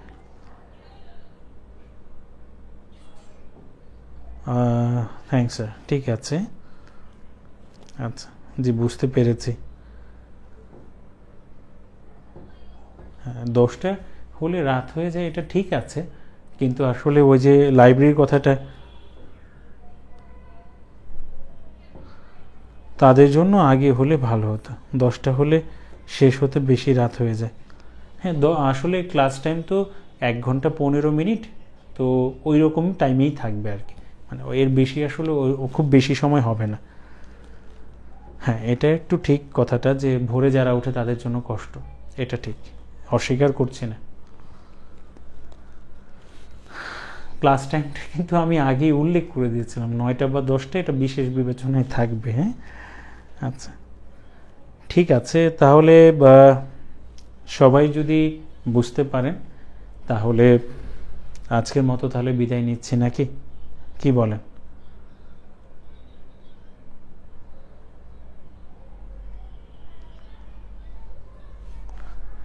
তাহলে আগামীকাল থেকে মিশন শুরু হয়ে যাবে। খাতা বানানো বা নোট করার বিষয়গুলো আপনারা ওইভাবে একটু মাথায় রাখেন, কেমন?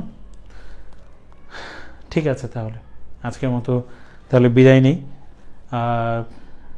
কারো কিছু বলার থাকলে বলতে পারেন, না হয় আমরা আজকে এখানেই শেষ করে দিব আর কি।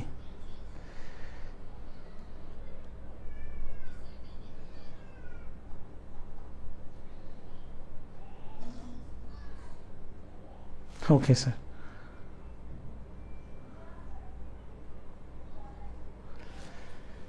ঠিক আছে, তাহলে ভালো থাকবেন সবাই।